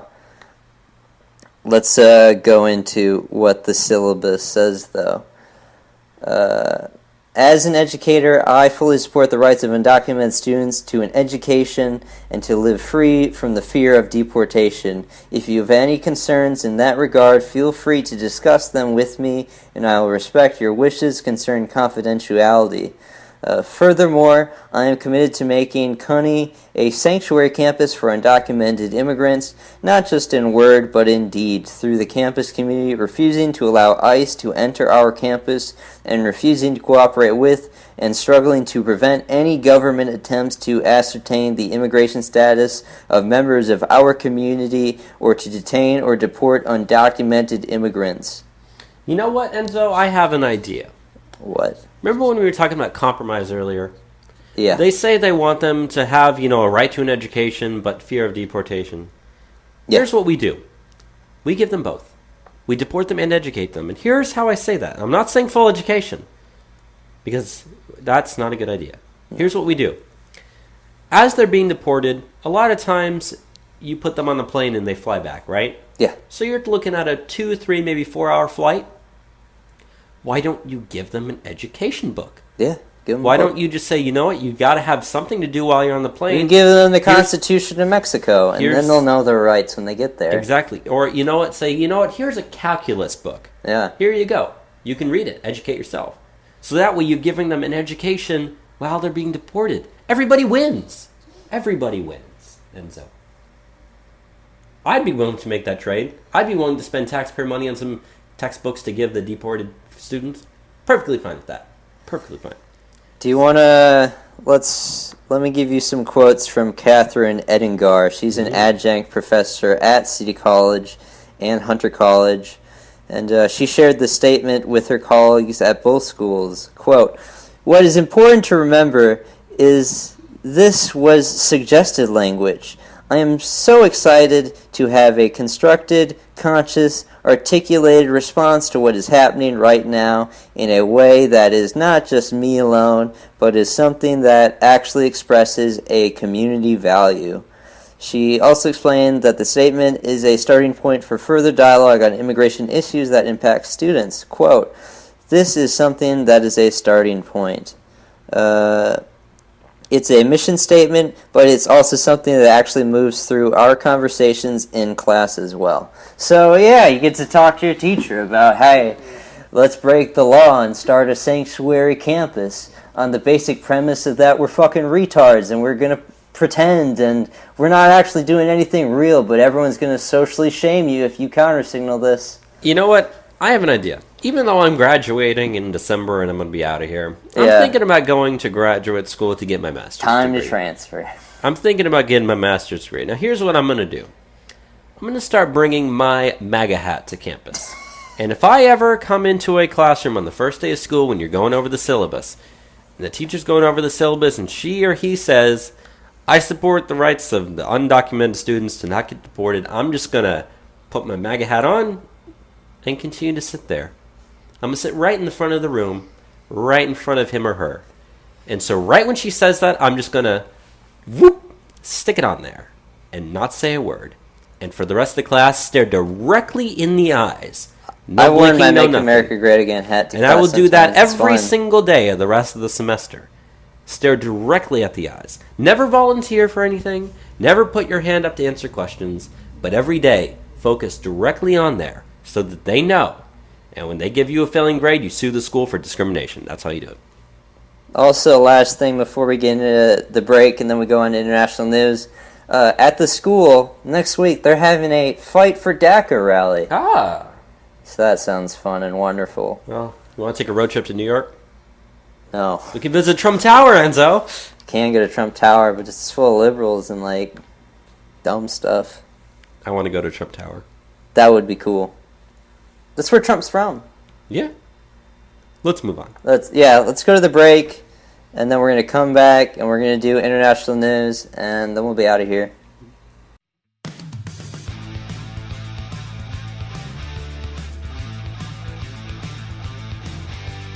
Hey, Patriots and Warriors, this is Bass Stickman, and you are listening to Trump Republic Radio. We were minding our own business, trying to celebrate the free speech that you think is so important, and you came to our rally and you chanted, "You're fags. Go home.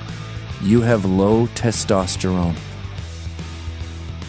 And he's been on many very prominent right-wing shows talking about his cause, and that would be Simon Roach of the Savelanders.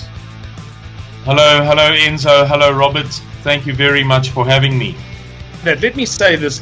It has been my privilege. You won't see it from my perspective, so I'm not going to, it's pointless me trying to persuade you. But you will, let me just tell you, I'm very grateful for this opportunity. I appreciate it very much. And if you'd like me to come on again at any time, hopefully there will be fewer difficulties and challenges, and I won't mess you around as I have done this time, for which I'm very sorry. But I would love to come on again. Anytime you ask, I'll be there. Please call China and tell them we are all counting on China. Tell the president we became friends for 2 days, that he was great. You really have to walk me through this here, because I am not familiar with so much of the terminology. Like, for instance, can you shed some light on what is a cuck? A cuck. How much money will you make today banging that drum for Soros? Soros must pay you good money to bang that drum.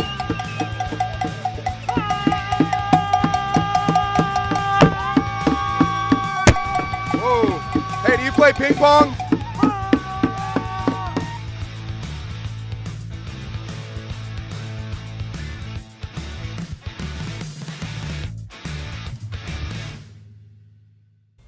Hey, welcome back from the break. We're going to get international news, starting off with Asia, then heading into the Americas, going into Europe, and then closing with some news in the Middle East. And we got two stories out of Asia, both having to do with North Korea. Right, the first thing we have up for North Korea is the United Nations has voted unanimously to pass new sanctions on North Korea. And South Korea and Japan have welcomed the UN Security Council's new sanctions on North Korea in response to the country's latest nuclear test.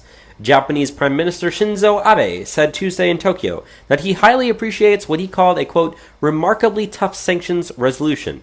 He added that it is important to put an unprecedented level of pressure on North Korea to make it change its policies. They said the sanctions were watered down from what the U.S. had originally sought after negotiations with China.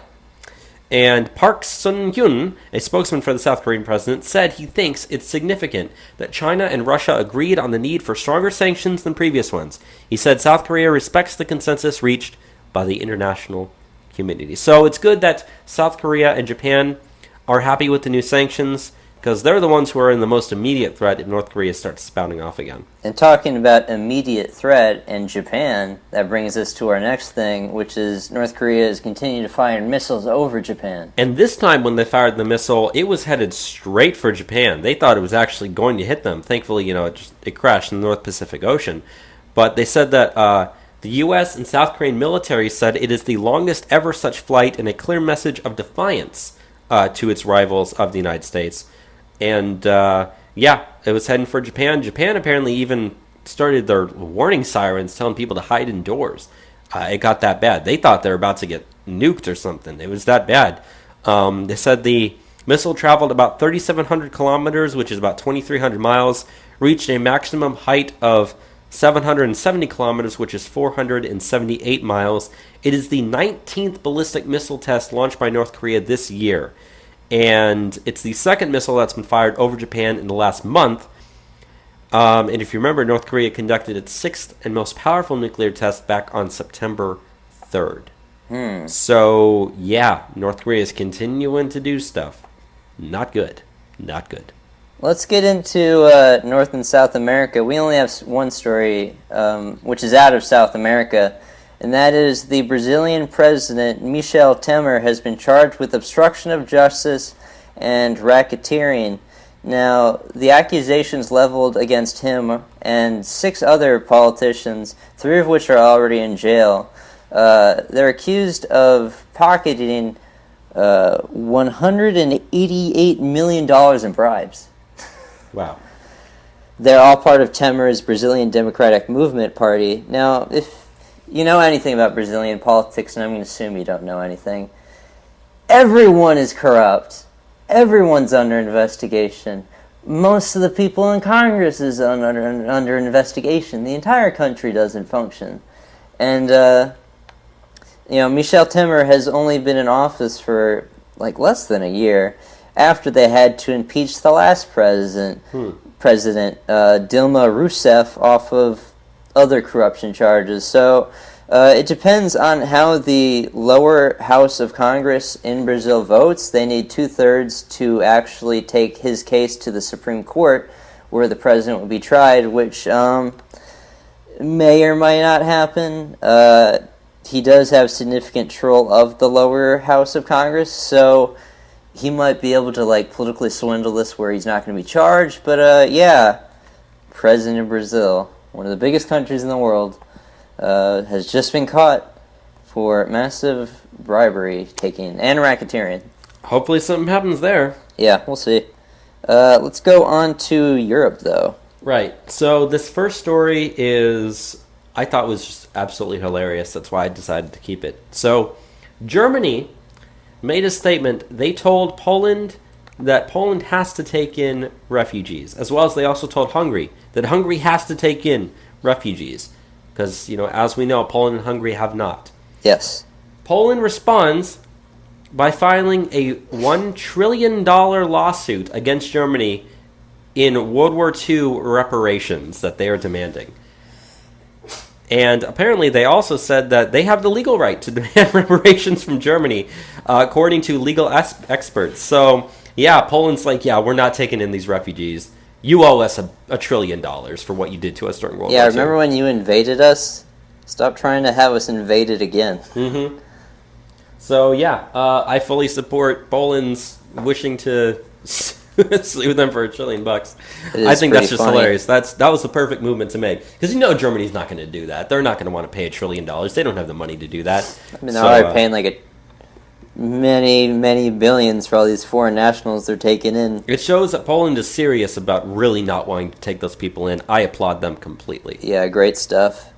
Let's go into some Sweden stuff. I got some Sweden news. Always when we talk Sweden, it's got to be the craziest thing in the world. Mm-hmm. And the first one is a doozy.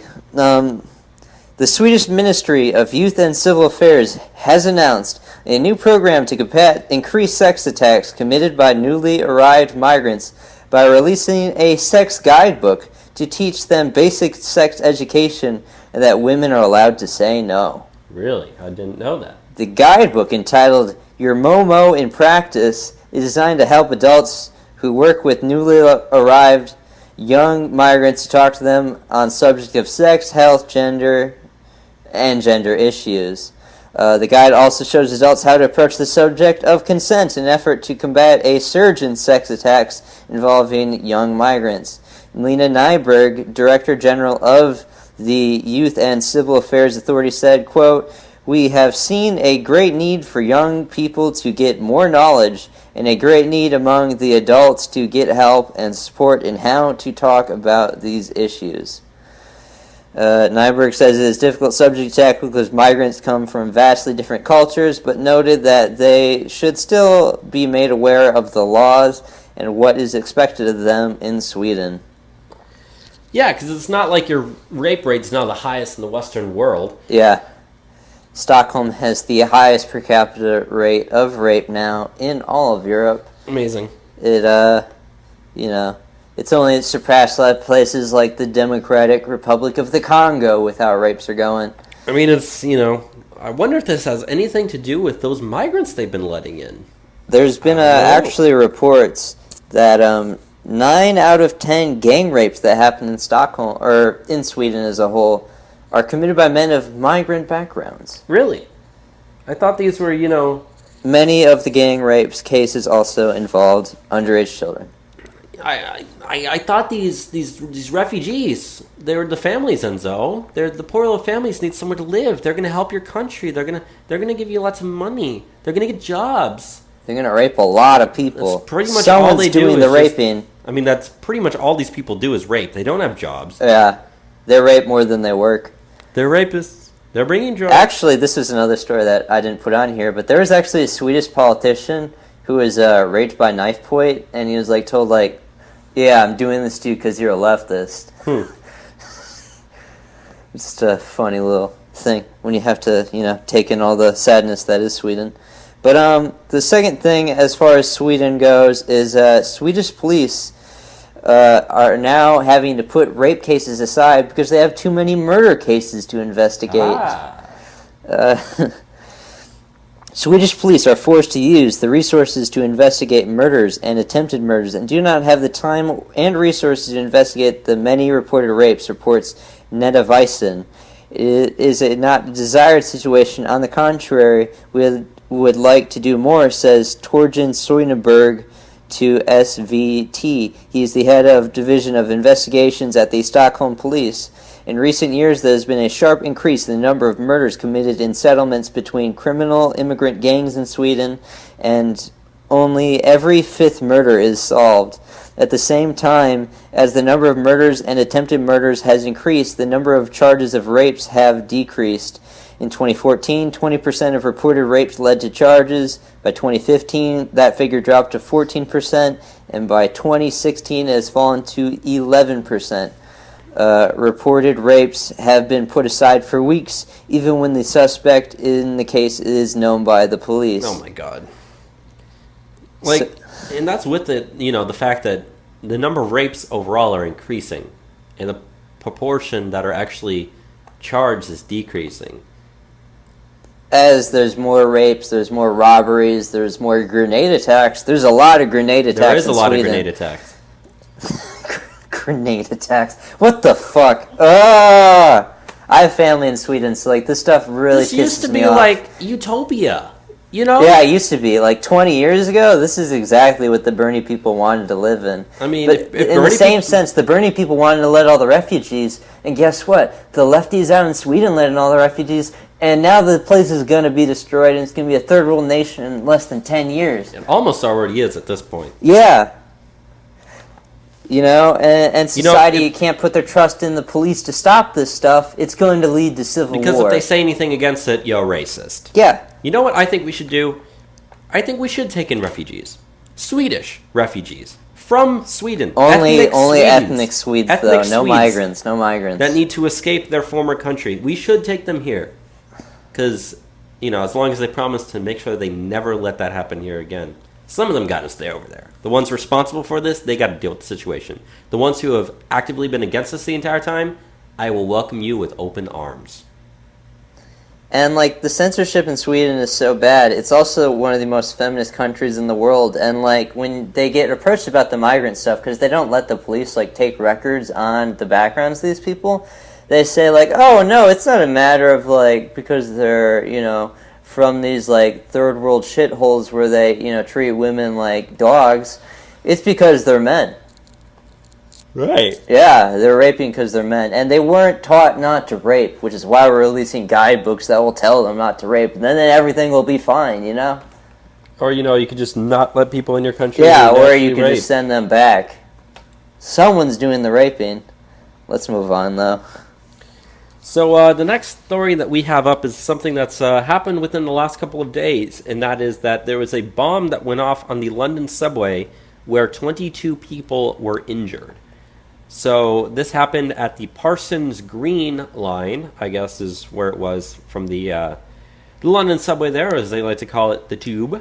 Apparently so. Anyways, they said that they've been trying to investigate and figure out who did this. Apparently the cops stormed the home of the alleged bomber. And, yeah, here's the thing about that. It's now been reported that the guy is an 18-year-old refugee. Refugee? Yep. Not only is he an 18-year-old refugee, apparently they said that the family he was living with was an older couple who took him in as a refugee. Because, they're his foster parents, and they said they have fostered hundreds of children over the last 30 years. The couple is 88 years old and 71 years old, the man and his wife. So got a little case of the pathological altruism there. Got a little cultural enrichment, as some like to say. Subway went No kaboom. further arrests have been made. Thankfully, no one got any life-threatening injuries, although 22 people, as we said, were injured. But, yeah, they aren't sending their best, I'll tell you that. No. They raided the home. They told the family, you have 1 minute to get out. He's a refugee from where? It did not say where he's a refugee from, other than the fact that he was. Huh. Yeah, the last thing I just want to mention is British Prime Minister Theresa May has now raised the country's threat level to critical from severe. Which, I mean, I don't know what the difference is. I mean, there has been, like, military on the streets in the United Kingdom now. So. Yeah, they said that they, as of today, actually, they decreased that back down to whatever the level under that was. So it was a temporary thing. Yeah, it was a very temporary thing just for, like, the day or 2 days that it was there. But that wasn't the only attack that happened in Europe. There was also, apparently in Paris, a man with a hammer attacked 2 women while screaming Allahu Akbar. He apparently walked up to these 2 women on the street Chalon-sur-Saône. One of them was struck in the back of the head by the hammer. The cops have launched a manhunt the cops have launched a manhunt following the incident, deploying a police helicopter. And apparently, they said he was shouting Allahu Akbar, but prosecutors said both victims are shocked, and the attacker immediately fled.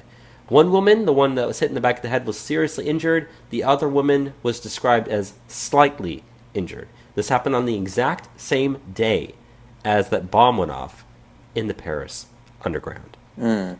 ISIS has taken responsibility for the attack. Of course.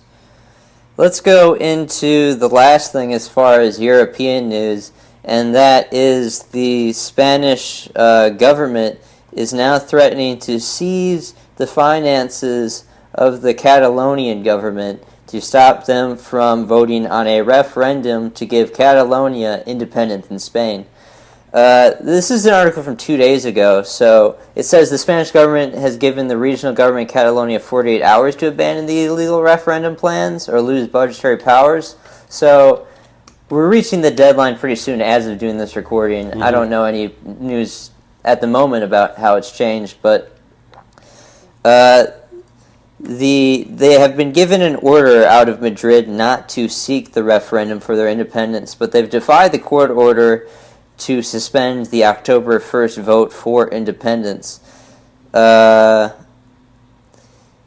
This is also significant in the fact that the Catalonia region in general, as far as how its tax dollars are, given as to opposed to how they receive money, they give out more to the government in taxes than they receive. Right. So the government is going to be seizing a lot in finances if they try and move forward on the referendum there in almost be Catalonia. Like Texas trying to secede, a state that gives more to the government than it receives.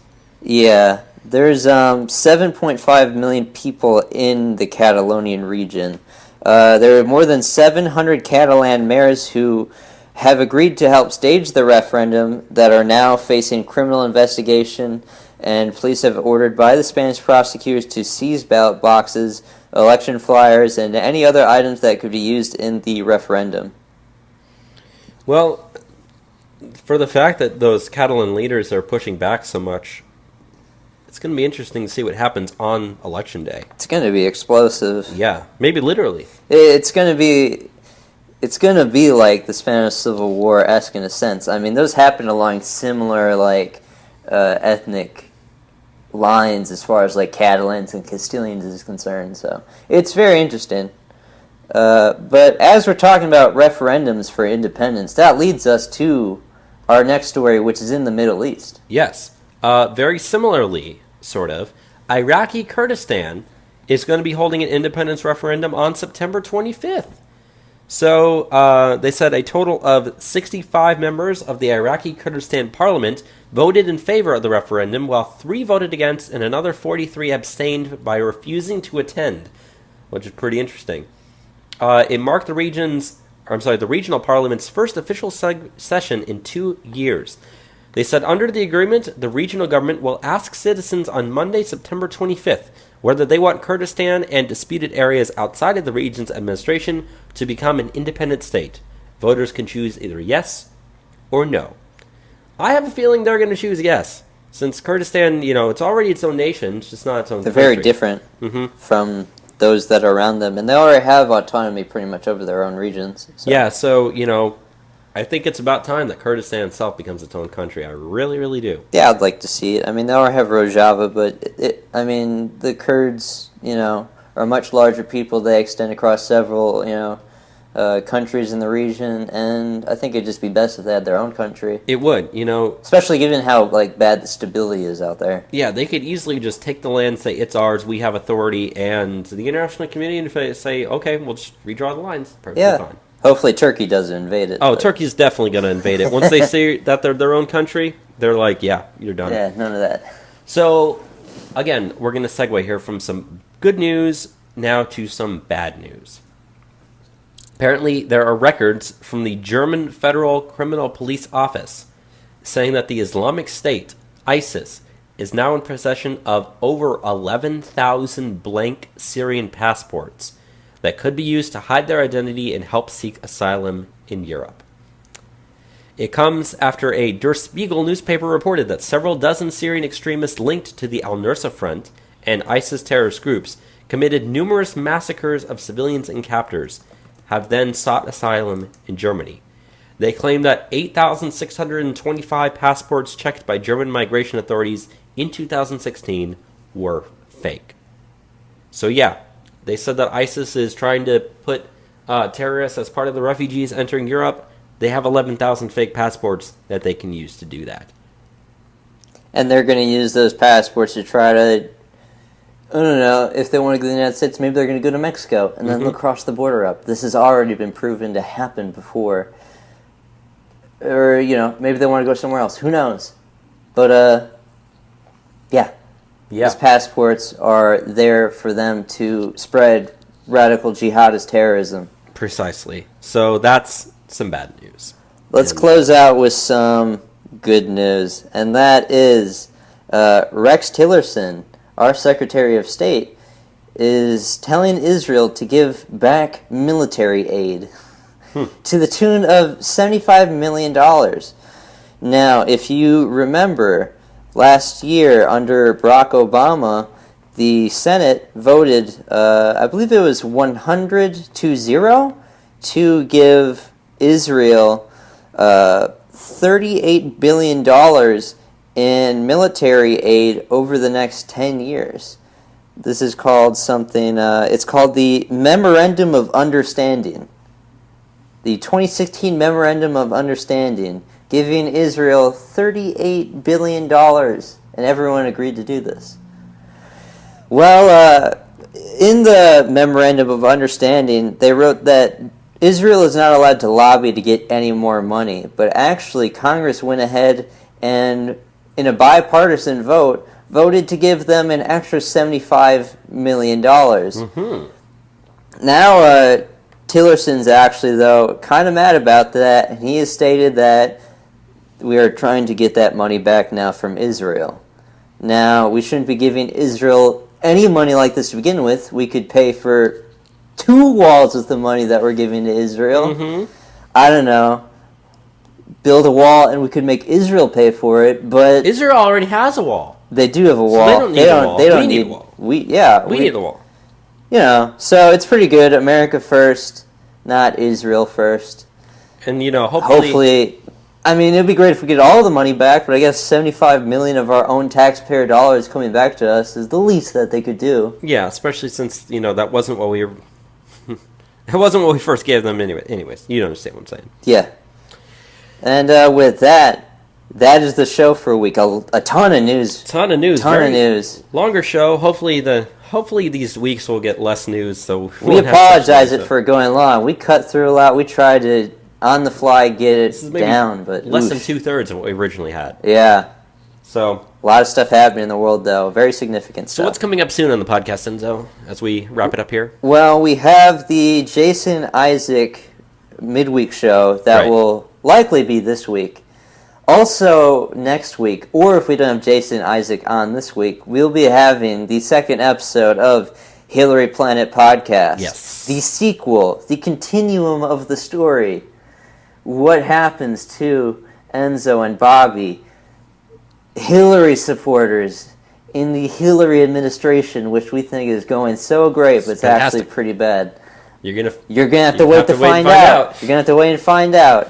But yeah. With that said, I have nothing else. I think we're pretty much done here. I think we're good. Right. Thank you for listening to another episode of Trump Republic Radio. I hope you have a good one. Bye, everybody. Bye.